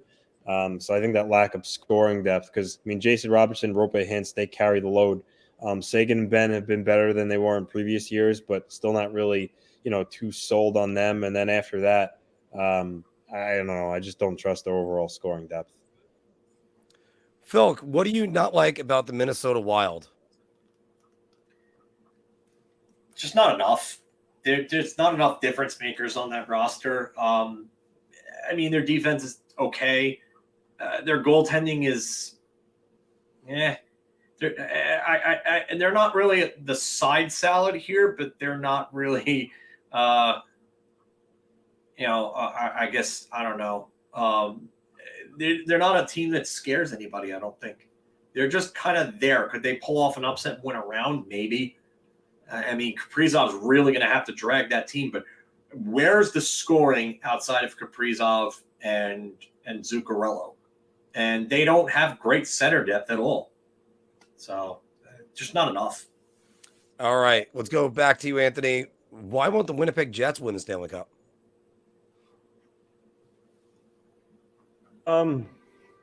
Outside of Josh Morrissey, I'm not really a huge believer in their overall defense. I do like their forward group, Connor and Scheifele, you know, Dubois, you know, Wheeler still, you know, could still contribute. I know Perfetti's injured. I don't know if he's coming back, but I think they got enough offensive firepower, especially with the additions of Niederreiter. But for me, it's more so just their defense. I do like Connor Hellebuyck a lot. But over a 7-game series, I'm not sure, you know, how that defense is going to hold up against some of the, you know, higher octane teams in the West, and also teams that have big bodies that really bang and put a toll on your defensemen night in and night out. Yeah, I think that's one of the problems I have when I'm looking at Winnipeg, and just wondering what happens when the Stars stop producing. And again, 2-6-2 in their last 10. They're showing exactly why they're not going to win right now. Here's my answer for why the Vegas Golden Knights will not win the Stanley Cup. And that's I don't see their depth. It's all on their star players all the time. Chandler Stevenson's been playing pretty well, but they got to hope their goaltending holds up with Jonathan Quick now and Aiden Hill. If they're going to lose to Logan Thompson the rest of the year, that's just what they're going to have to do. Phil, any thoughts on the Golden Knights? The goaltending is beyond questionable at this point. You're really expecting Jonathan Quick to lead you back to the promised land or something, or lead you to the promised land, I should say. And you're expecting a comeback out of him? No, it just and their depth, like you said, it is questionable. I don't think that they did enough to add scoring at the deadline. I would have liked that. I think they could use one more solid two-way defensive that can move the puck. Well, we're motoring along. We got about 5 teams left to do, guys. So, Philk, why won't the LA Kings win the Stanley Cup? You talk about a team that just does not have enough depth. It's LA. LA just does not have enough depth overall. I like Anze Kopitar. He's played great for them. He's having a real good season. I think he should be up for the Selke, but something tells me that Bergeron's going to win another. What a shock. Color me absolutely shocked there. But this defensive unit just really isn't that good. I like the addition of Gavrikov, but I mean, you're asking me if they're going to win with Phoenix Copley in net, Phoenix Copley or Jonas Korpisalo. I mean, come on. That goaltending is just not good enough. And, I mean, their forwards, where's the scoring depth after Fiala, Kopitar, and Kempe? Arvidsson? Yikes. Philip Deneau, he's more of a shutdown player. And then Drew Doughty, and what else from the offensive end scoring-wise? Sean Durzi? Okay, fine, but nothing else after that. So, yeah, there's just not enough. Now, do all 3 of us want to take this one on at the same time? Why won't the Seattle Kraken win the Stanley Cup? Because I think we're all going to say one word together. Goaltending. So, all right. So there's going to be no goaltending on that one. And Anthony just got up for a second. So we're just going to get back to Edmonton. Why won't the Edmonton Oilers win the Stanley Cup, Phil? What seems to be the common theme here? Goaltending. Yeah. It just, another one. What's worse, Jack Campbell or Campbell's soup? Yeah. And that's what it's going to come down to. And it's, I love the Matthias Ekholm edition. I don't think it's enough. I think they needed more on defense. I would have liked more legitimate shutdown forwards. Again, I wonder about their scoring depth come playoff time, and that's a thing. So you're going to ask McDavid to score 2 points per game again in the playoffs and still lose? I mean, it sounds nuts, but that's basically what they're going to have to do here. So yeah, Edmonton for me, it's not enough depth, and it's goaltending. I'm going to have to save one for Anthony because we're going to go with the defending Stanley Cup champion, Phil. Why won't the Colorado Avalanche win the cup this year? They're a team that lost significant amount of depth. Again, goaltending. I'm going to have to say goaltending again. We should probably just have it as a voice clip at this point. it's goaltending. But, I mean, did they get Gabriel Landeskog back for playoffs? And how is he going to look? Nathan McKinnon is just one of the 3 to 5 best players in the world right now. I mean, you know that he's gonna score come playoff time. But do I really trust Alexander Georgiev or Pavel Franco to win it all? I mean, I know that they won with Darcy Kemper, but again, there's no Nazem Kadri anymore. They've lost other pieces. It's just, I don't know. I don't see the same impact this year as I've seen in previous years. And Cale Makar, is not playing as good as he played last year, if you ask me. So Yeah, he's had concussion problems as well. And Yeah. as Brody is reminding you, you're going to do an honest press conference, the same thing that Connor McDavid said that began it all. Once again, my teammates let me down. yeah, All right. And Anthony, why won't the Avalanche win the Stanley Cup? Oh, no Burakovsky too. They're gonna win the Stanley Cup just because I love how the fans sing all the small things at every home game. It fires me up. I think for them, I know last year they won with Darcy Kemper in goal, which kind of can point to that you don't really maybe need an elite goalie to win it all. However, I don't think Georgiev's the guy that's going to do the same for them this year. And also, too, I don't think they're as good overall as they were last year either. Obviously they lost Kadri and a couple other pieces, but yeah, between maybe a loss of depth and the downgrade from Kemper to Georgiev, I just don't know if I trust them in the big moments in the playoffs. All right, and we have one last one, everybody, and of course, I've been saving it for the last. Anthony, I'll start with you. Why won't the Boston Bruins win the Stanley Cup? It's because Patrice Bergeron, David Pastrnak, Brad Marchand, McAvoy, and Ullmark are all going to retire before the playoffs start to play baseball, and thus you're severely depleting the Boston Bruins lineup, and they will go out in the first round because of it. That's the only way they're going to not win the Stanley Cup. In all seriousness, they are a juggernaut. However, how often do you see the team that was the best in the regular season that cruised through win the Stanley Cup? Doesn't really always play out like that. Linus Ullmark has never played a playoff game before. I do think that this guy is having a career year. I mean, let's face it, he's been around in the NHL since, I think, the 2015-2016 season. Granted, he's always played for a bad team in Buffalo.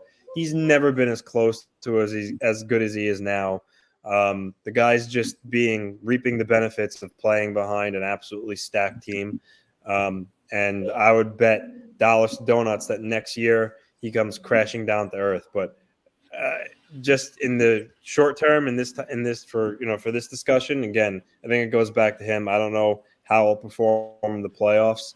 And really, honestly, that's really about it. Otherwise, I really like their team in every other aspect. Just before I turn it over to Phil, Anthony, so if they're playing baseball, what position does each one of those guys play? Good question. I will say that Pastrnak would be, maybe a right fielder. I think historically, sometimes in baseball, you get a lot of power hitters out in right field.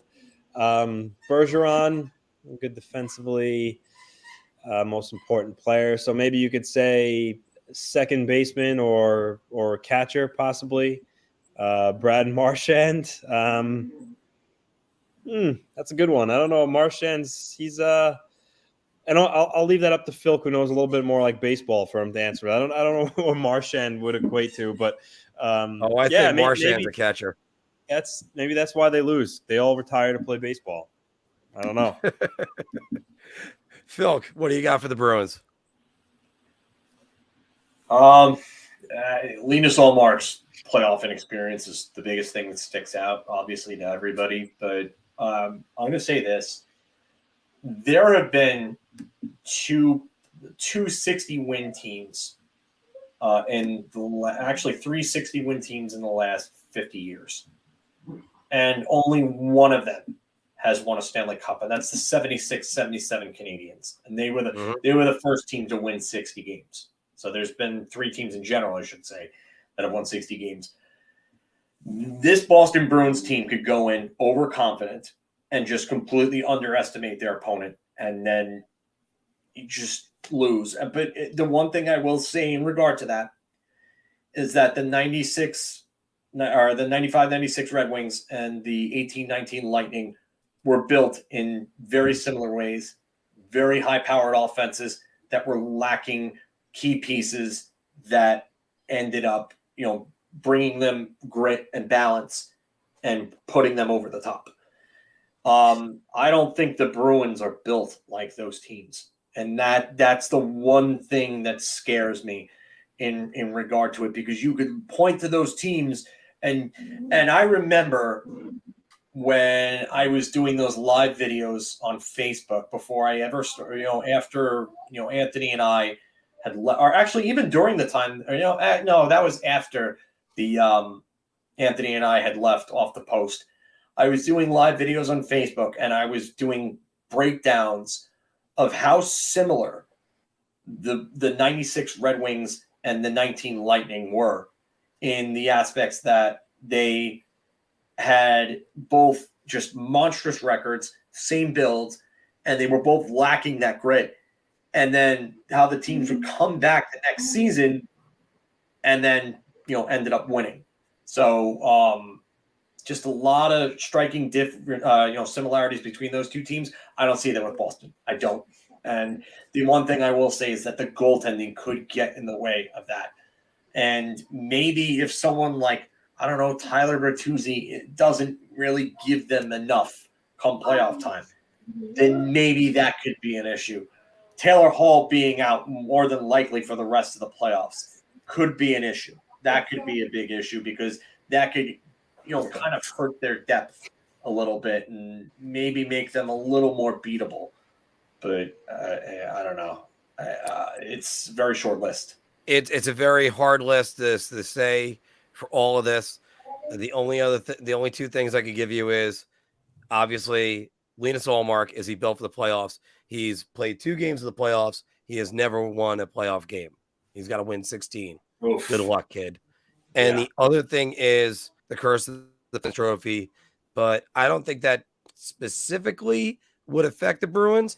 But I'm pretty sure that in this stretch, they've had the President's Trophy and yet didn't win a cup.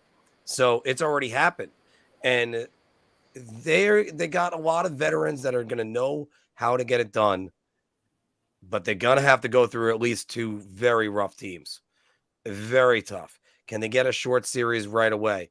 Or are they going to push to 7 games like Carolina did to them last year? Actually, they're the ones that pushed Carolina to 7, but which probably softened them up. We'll see about it because there are many reasons why the Bruins wouldn't win the Stanley Cup. But that's the thing. We did the segment because there's always a reason why a team might not win it all. So everybody, thanks very much for watching on this. That wraps up our reactions to who might win the Stanley Cup and where. But let's get any news and notes that you guys might have across the league. Or I'm before we gonna take actually any head out. I'm sorry. I gotta eat, and I haven't eaten in a while, so I gotta eat. And then no, it's all right, Phil. We started late, and it's kind of we had to. I appreciate everybody being here. Hell, it's 8:15 right now, because I know Anthony, you gotta get going too, pretty much right now. Yeah. So yeah, guys, don't worry about it. So see you later, Phil.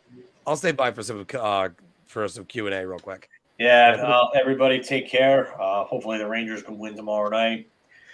Otherwise, there's definitely some problems to look at. But take care, everybody. Let's go Rangers. Take care, Phil. Anthony. News and notes. Trade deadline's gone, my friend. You're not going to get much news and notes. No, but actually, you know what? There was a trade today. There was a trade today between Nashville and St. Louis. St. Louis traded I forget Agnello, just a minor leaguer for future considerations.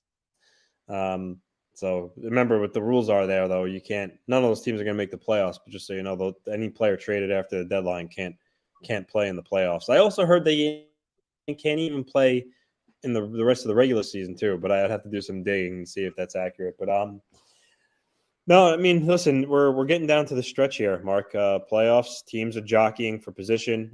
In the West, there's really just one team that's in the mix, unless you want to count the Predators, who I think are 6 points out, which I don't see happening. So in the West, Yeah. it's one, but the East is a different story. The East is a little more alive. Although I got to say, with the Islanders beating the Sabres yesterday, I don't know, the Sabres are on thin ice. Like I said, they're 5 points behind Pittsburgh. Ottawa's 5 points behind Pittsburgh. So some of these teams, the points are just hard to make up at this time of year. But nonetheless, the East still has more teams involved. Florida's 4 points behind the Islanders, 3 points behind Pittsburgh. But I don't see Florida making any sort of move. Bobrovsky's playing a little better, but I know they're Spencer Knight's in the NHLPA assist program, so their backup right now, I believe, is Alex Lyon. I think it might be a case of too little, too late for the Panthers, Mark. But nonetheless, they're still there, so that's going to be important games. And a lot of teams right now are doing scoreboard watching. You could control what you control by taking care of your own business, but you do need help, and every team is going to be looking up at the scoreboard and after the games checking to see what transpired, because it's going to be a real tight race. And I think a lot of these races, the Pacific Division crown, the Metro Division crown, I think a lot of these are going to be decided in the last weekend of the season. Hell, I even started a show. The Rangers could theoretically go down to wild card 1 too, depending on how they play out with the Penguins, their 3 games, and what the Islanders do. So it's exciting chases all over the league. I think it's kind of funny how Tampa and the Rangers situation somehow mirrors each other, because both of them are now, if you want to say that the Rangers are now a team that went through it and everything's could be possible, and now they got the playoff experience, but they're still a pretty young team as well. So I think when you're sometimes stuck in a position, you're not that motivated. You're just going to say, look, we're just going to go through the motions. Everything's going to be fine. But I think this is where it's a good thing that this week happened, that the Islanders and the Penguins are closing the gap a little bit.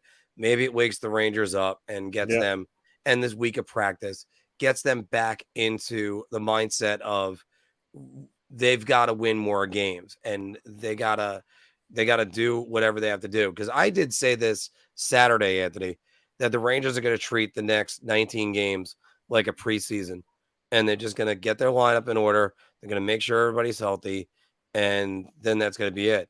But if the Islanders close that gap, it's going to happen. And Joe, you're right about that. They're a little bit soft. Just to piggyback off that, Mark, you're right, because I don't think you understand how important the game against Montreal is, because as I stated at the start of the show, the Islanders are playing the Penguins. So if the Rangers lose to Montreal, one of those teams is getting even closer, whether it be the Islanders at 3 points or the Penguins at 4 points. And once you start to get to, especially 3 points, I mean, even so 4, but once you get to that number, that could really start making you feel uncomfortable, because that's not much. So the Rangers really need to beat Montreal on Thursday. It starts tomorrow, and they have to beat Montreal. They have to.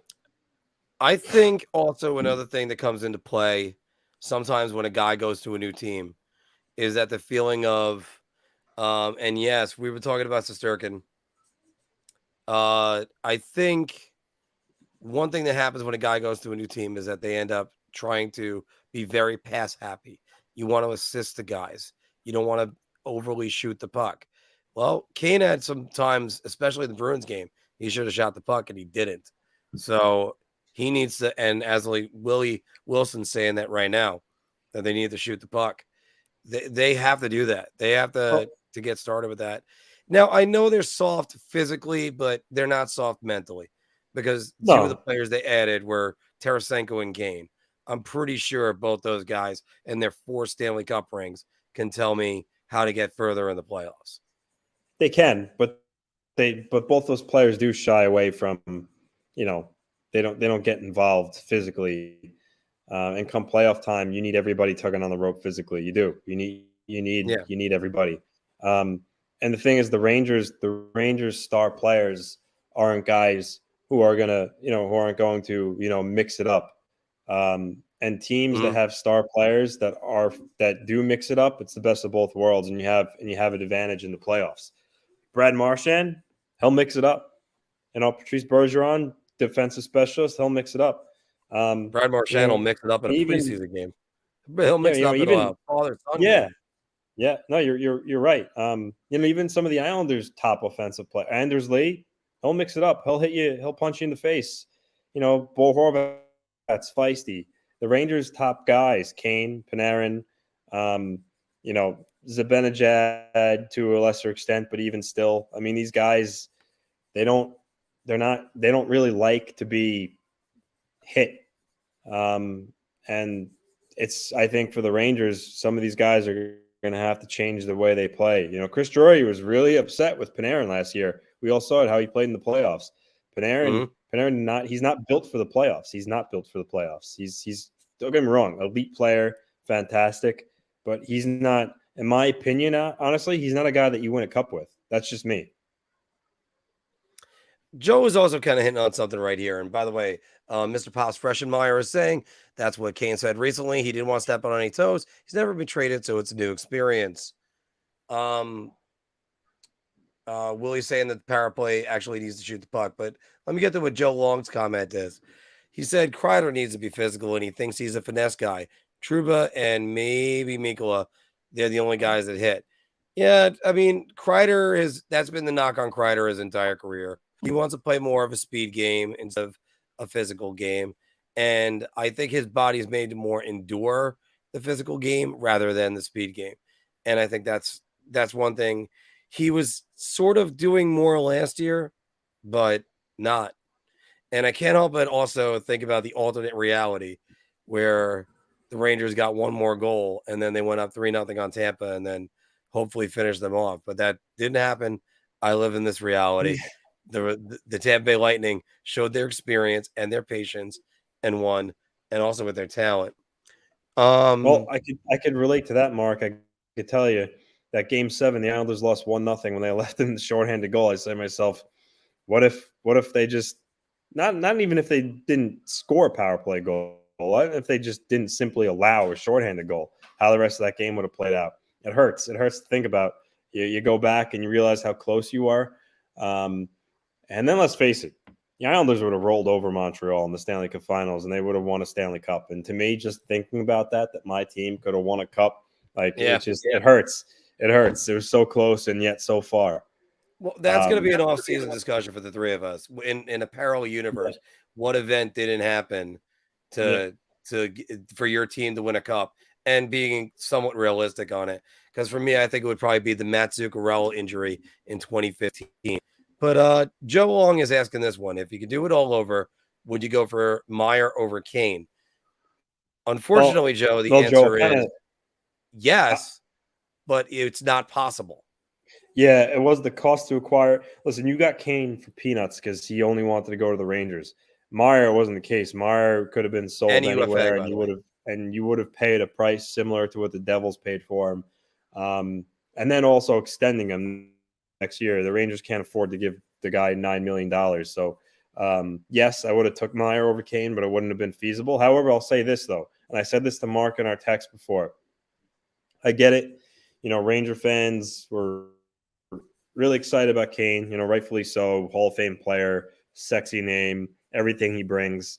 But honestly, I don't really think they needed him.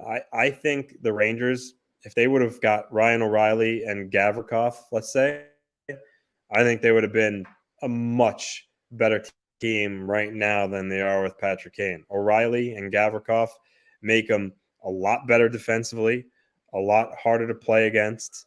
And then not only that, aside from being a face-off specialist, kill penalties, will hit you, shut you down, Ryan O'Reilly can also chip in offensively. And then you add Gavrikov, who could play defense, tough, big, move people in front of the net. It also is no slouch at moving the puck. Those two guys, no question in my mind, would have made the Rangers a much better team than just getting Patrick Kane. And also, as I always remind everybody, because I like using this graphic, make sure if you haven't done it already, leave us a like, appease the YouTube gods. We have 27 of them right now. We had over 150 for the Patrick Kane broadcast when we had that one on a couple weeks ago. But I do have to say, and trust me, I love me some Timo Meyer. He's one of those guys. I would love him if he could don a Rangers jersey or the jersey of the team I root for. In this case, it is the Rangers, by the way. But if he was a New York Met, I would have been happy with that. But I do have to say the Rangers would not be able to fit him under the cap. They would not be able to put together a package. And next year, they would not be able to re-sign him. This is what happens when you sign Jacob Trouba to an 8-year, $8 million contract when you were bidding against no one. And he wasn't, he had the number one spot for a minute. He was the number one power play defenseman for a month. And they quickly moved to Tony DeAngelo, Adam Fox, back to DeAngelo, then back to Adam Fox. That should tell you all you needed to know. So, yeah, I would have loved it if I got him. And again, I was beating the drum for Ryan O'Reilly. I thought that would have been a good choice. Once Kane became available, Anthony, I used the Ross and Rachel analogy. No, I mean, look, I get it. How could Drury say no when you have a guy like that essentially begging to play for your team? So I get that. I just think that he felt compelled to get him for that reason. I don't think they needed Kane. I think, again, not to keep repeating myself, I think there would have been a better team if they would have acquired Ryan O'Reilly and Gavrikov rather than getting Patrick Kane. I think it's just would have made them so much more well-rounded and better. Well, here's my question then next for you. With Gavrikov, he was still being worked at to go to LA. O'Reilly was already on the Toronto Maple Leafs. What other choices were really going to upgrade the team? Oh, instead of Kane.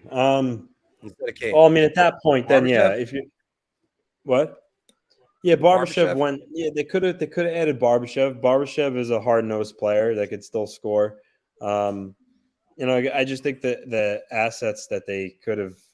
I mean, listen, they didn't give much away to get Kane, but the point is, they could have used assets to get a player that I think that would have been a more fitting need because, defensively, Mark, Adam Fox is great. He's not obviously the most physical guy. And then you have Ryan Lindgren, who is a warrior. But other than that, Keandre Miller is up and down with his defending. Jacob Trouba is, we all know about his missteps defensively. But then again, we also talk about the physical presence. That's what Jacob Trouba brings. Well, yes. But again, in my opinion, they need another defenseman who's like Trouba, just better positionally. I don't know. I don't. Just overall, it's what it is. It's the combination of their team defense, meaning what their forwards contribute to the defensive side of the puck, and their actual defensemen. I think that's where they had the most glaring hole. Not a guy that could score goals between Zibanejad and Kreider, and they look at their goals for in the league. They score enough goals. I didn't think they needed Patrick Kane, but I don't want to sit here and be a dead horse. It is what it is. They got him. And now they're all in, and if they don't win the cup, it's gonna suck because you don't have the cap space to retain either Tarasenko or Kane unless you did some heavy lifting, which I don't. Unless, and by the way, I want to be clear when I say this has been my inference the entire time. Kane, he's gonna get a big offer from Buffalo, but he would be the candidate to take the reduced contract to stay if that was possible. Yeah, but however, there's no chance. Tarasenko's got a big payday coming. Still, you're right about that. Maybe Kane would take a discount. Yeah, he was making $10 million this past year. He's not going to get 10 again. Maybe he would take 7, 6. But the Rangers can't even offer him that. By the time they re-sign Miller, Hedel, which them alone will probably take up, let's say 5 for Hedel, 4 for Miller. That's 9. The Rangers are left with $7 million. Then you have to on Lafreniere, who's good for about 2, backup goalie, chips away. You're talking, so what? Kane's going to take $3 million? I don't see it happening. Yeah. I don't think. I mean, I don't think again, the Rangers. I only vaguely could see that happening. And again, he's going to get offers. And this I don't see happening. Who's going to? I mean, you're going to move Goodrow's contract already, and someone's actually going to take it. I don't know. I don't know if that will. I don't know if that will happen. Now, by the way, one thing, and this is my buddy Scott that's doing this. He says bridge deals are there for a reason. And one thing I noticed, and the one thing I got to bring up about Kendra Miller and Alexei Lafreniere is unlike any other free agents that the Rangers have, the RFAs, they don't have any arbitration eligible hammers. And I don't even know what their comparable contracts are. I think they're going to come in way less than what people think on those contracts. And Filipino is the one that's going to cost a little more. He's going to be in the, I'll say $4.5 to $5.5 million range. Yeah, and this is what bridge deals has nothing to do with the AAV. Bridge deals is the years. That's why they call it bridge. Yeah. You give a guy 2 years, it's bridging him to his next long-term deal. So a bridge deal is not going to have anything really to do with how much Heedle's going to get. He's still going to get $5 million. He's pacing for 40, 50 points. He's going to get $5 million. You're not going to get a guy like he's already making. What is he making, Mark? $3 million. Filipino, I think he was at just under 3. I think it is.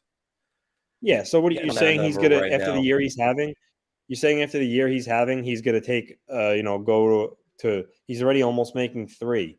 He's going to get at least a $2 million raise after the year he's having. He's not. What is he making? He's making 2.3 right now.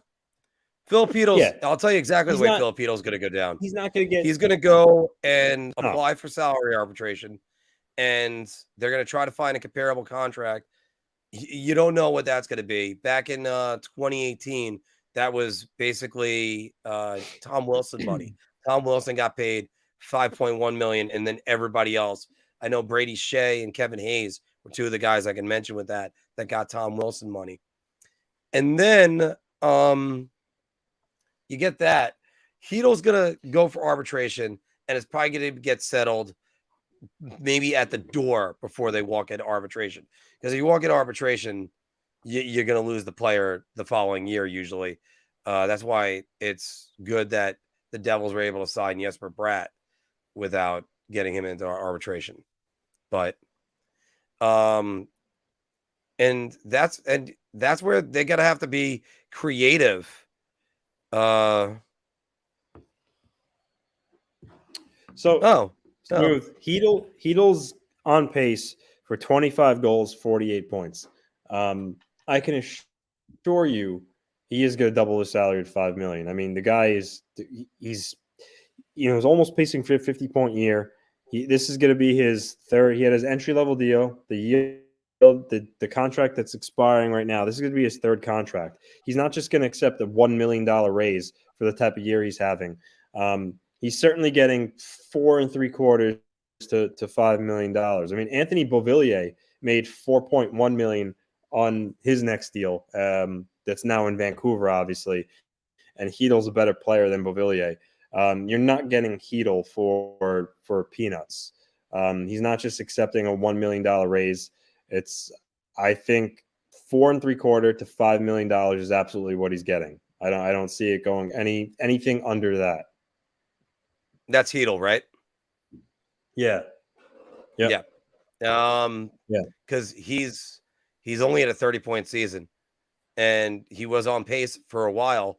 I put up an article, "Time to Drink the Heedle Juice." He slowed down immensely. His month in February was terrible, and not really all that good. Everest was saying you asked Trouba to waive his no trade clause. It should have been done 2 years ago. Instead, they gave him the C. Unfortunately, he's not going to waive it. Trouba's modified no trade clause will kick in 2024. Him and Chris Kreider. That's likely when you might see them moved. So, but yeah. All right. And I think I just lost Anthony.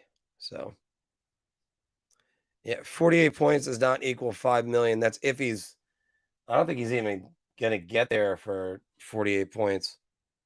So, We're gonna go probably about a few more minutes, everybody. And let's see, Filipino right now. Filipino is at 37 points. Yeah, 48 points, assuming that's what he gets, isn't going to get $5 million. That's 100% right. So, just saw.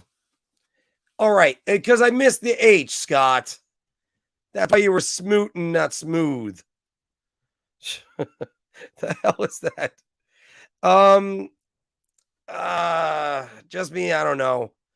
I don't know, because after all, they buy out Panarin, who has a full no move clause. That's $11 million. That is a lot of money that they'd have to do. Let's say if they buy out this contract, and I think it's going to include this year, so it's not exactly right. They're on the hook for it's going to include next year. Okay, 10.976 million for the next 3 years, and then 3.3. That's almost, you can't take $10 million and 80 points out of your production. It's just not going to happen. There's no way you can do that.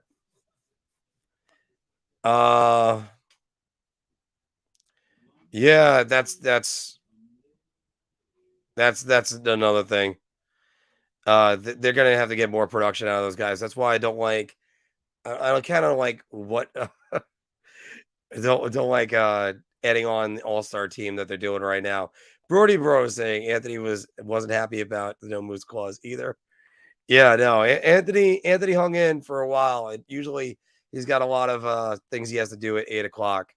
So I'm happy that I'm happy all of you guys are still with us today. 34 of you are still watching right now. We had 30 likes last I checked. This is why we do this. And yeah, but by the way, I also say that too. Oh, you were hitting the alt and the caps all the time. Joe Long is saying maybe it's time to go on to go. I love the moves Drury's made for the most part, but he should know you need to be physical in the playoffs. He didn't do that enough here. Yeah, but I mean, Gowan has a shelf life, and Statboy Steven has brought this up. He's not coached the same team for a full 3 seasons in a row. Keep that in mind, because that's what we're gonna have to look at soon enough. Yeah, buyouts in general are a terrible idea, unless it's not going to cost you all that much.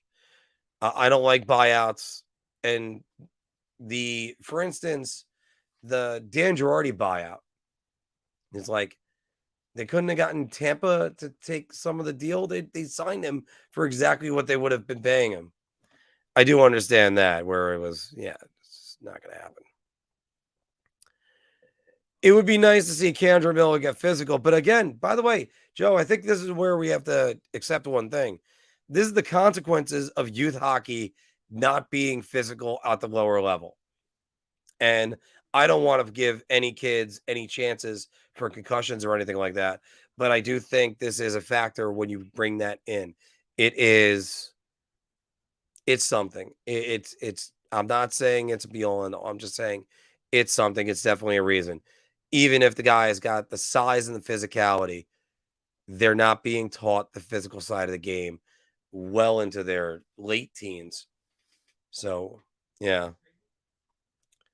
Yeah, everybody keeps saying Goudreau will be gone. I don't know about that yet. I know he's got a 15-team no trade clause. We keep talking about physicality and grinding. Although Tony from Forever Blueshirts, he did break that the Rangers are going to sign Shattenkirk. He was right about that. Not the only idiot. I've had other idiots on Twitch today. You might be the only idiot, but that's a different story. And my voice is still recovering from yelling Patty Kane at the game the other day. Well, I mean, Joe, I've kind of beat the drums that it could be Gallant too. But you know what? Gallant usually gets the most out of his second season. I think this team isn't valuing the regular season that much. That's one thing. Oh, but by the way, Tommy is going to be right on the nose in 1 second. I just want to have some water. Because Tommy is saying Gallant will be on the hot seat with a first round exit. Yes, he will be. Because Chris Drury won't be, because they still have a first round pick this year and a first round pick next year. Gallant will definitely be on the hot seat in that case. So I thought he should have been on the hot seat in December.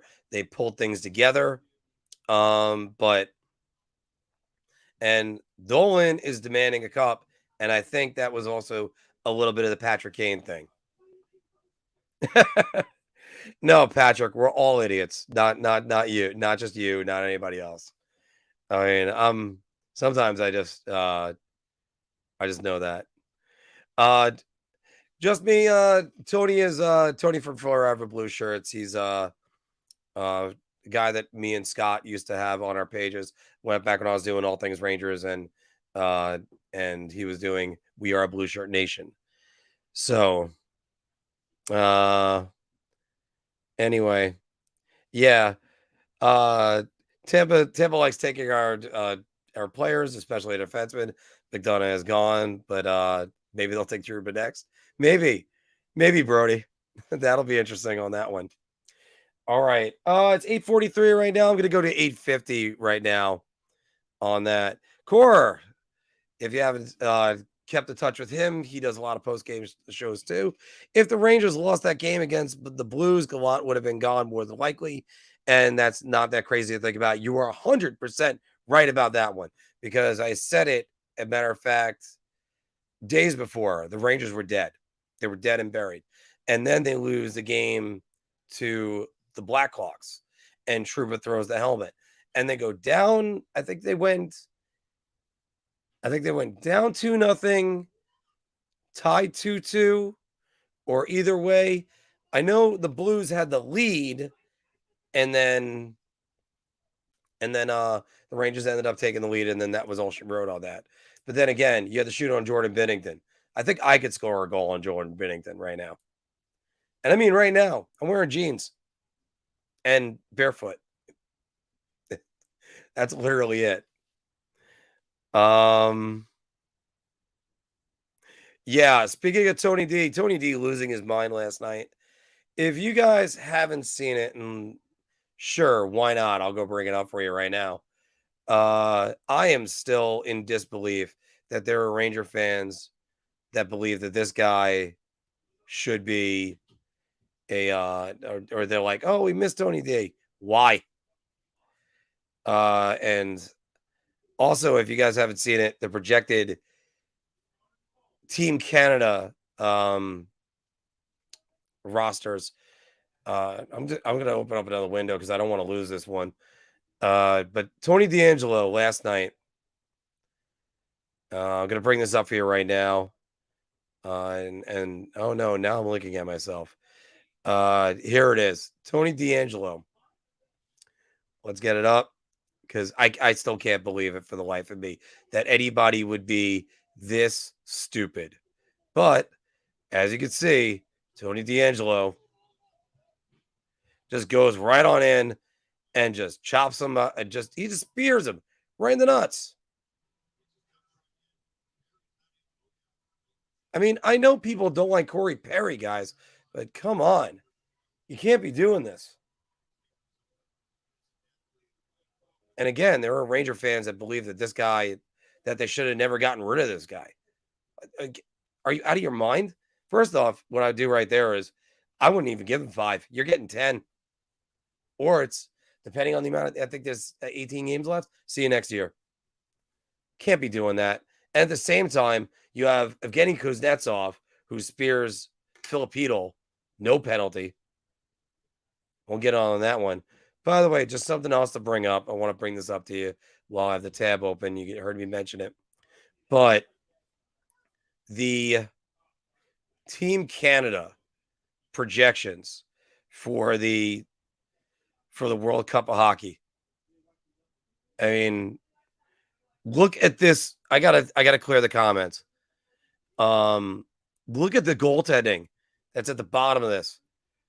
That is unbelievable. Carter Hart, Tristan Jarry, and Darcy Kemper.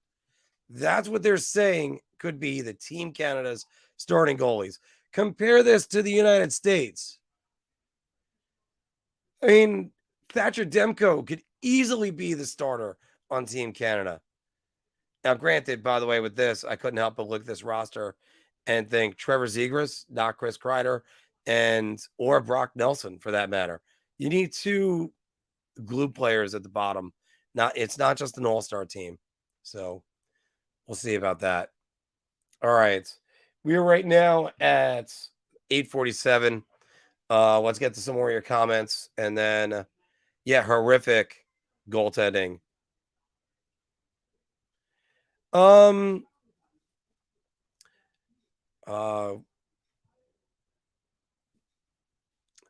Because sometimes Everest, by the way, right now what you're saying with this comment, Mark, why do you think Trudeau would not waive his no trade clause?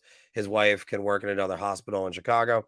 Yeah, I think so. Yeah, but it's also players by the time he only. Oh, geez, I see Pop's comment right there. Players when they invest their time, they got the no move clause because they want stability, and then they will actually just say, now the team's good. I want to be here. Trouba wants to win a cup, but in the year after next, he's going to have to submit it. It's a long shot to see if he would waive his no trade clause before that. A 2-game suspension? That's what D'Angelo got. I thought D'Angelo got an in-person hearing or a phone hearing. That's usually 3. But, Department of Player Safety is on the ball. Always. That was Kuznetsov. Okay.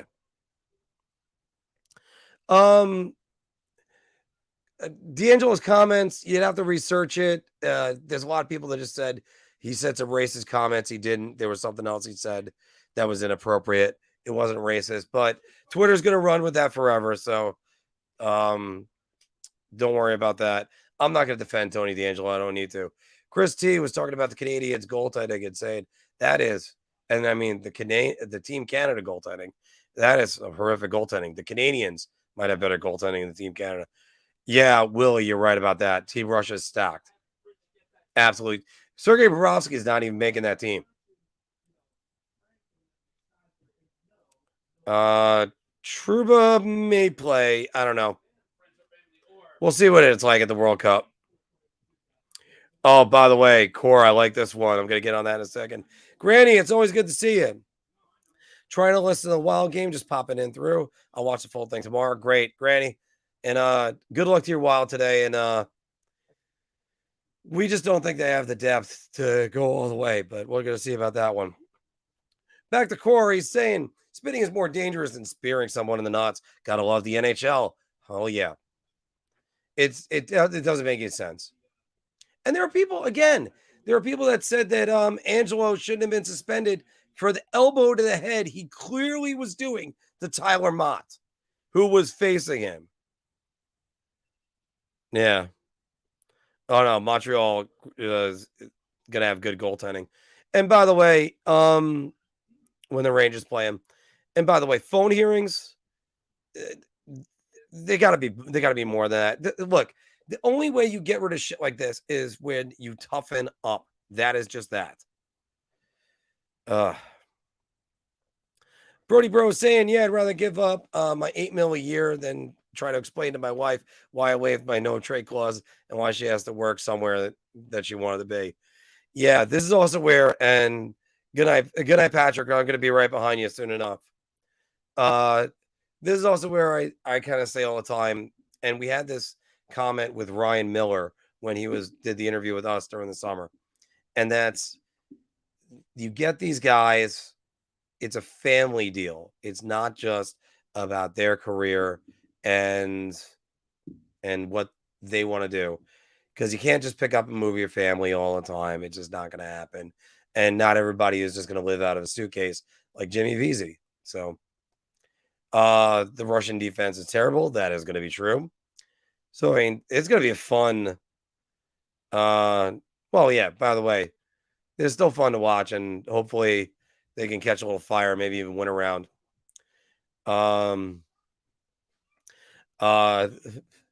Brody Bro is saying Decor also more dangerous than Watson giving Mott another concussion. Love you, George Soros. And it's actually George Peros. George Soros is something else. He's a different type of evil. Anyway, so that's actually going to wrap it up for the night. I'm going to go start the music right now, guys. Because first off, thanks for you guys for coming in and staying with us late. Still got to work out with my cousin about getting this for you, able to download it. It's gonna be an interesting week, right? Pittsburgh 3 times. Right? Seriously, who came up with this schedule? Like, who is that stupid? Hey, I got a great idea. I mean, the only thing even dumber is listening to J.J. Abrams, and then when you point out plot holes, he goes, "No, mystery box." The Penguins 3 times in 1 week? That's ridiculous. Absolutely ridiculous. Yeah. Brody Bro said, Paros, I confused by evils. Take care. Thank you, Brody. Guys, and Bettman. And Joe, thank you very much. Joe says, Mark, you cool. You have a hard time just cutting it off. I'm heading out. See you all soon. Yeah, I'm cutting it off too. I was hoping to see my girlfriend tonight. I don't think I'm going to be able to now. But yeah, Rangers hated to make the schedule. Joe, thank you very much. And also thank you guys always for watching and always listening. And as I've said in the comments down below, bring on the March Madness. There's going to be plenty of it, not just in basketball, but the NHL has their own version. Jockeying for playoff positions, it is absolutely the worst. And we got another 4 weeks left in the season, I believe. So there's going to be a lot more that's going to be covered. Hopefully, both New York teams make the playoffs. There we go. All right. So, Andy, by the way, your photo should be arriving hopefully tomorrow. All right. Thank you, everybody, and we will see you next week.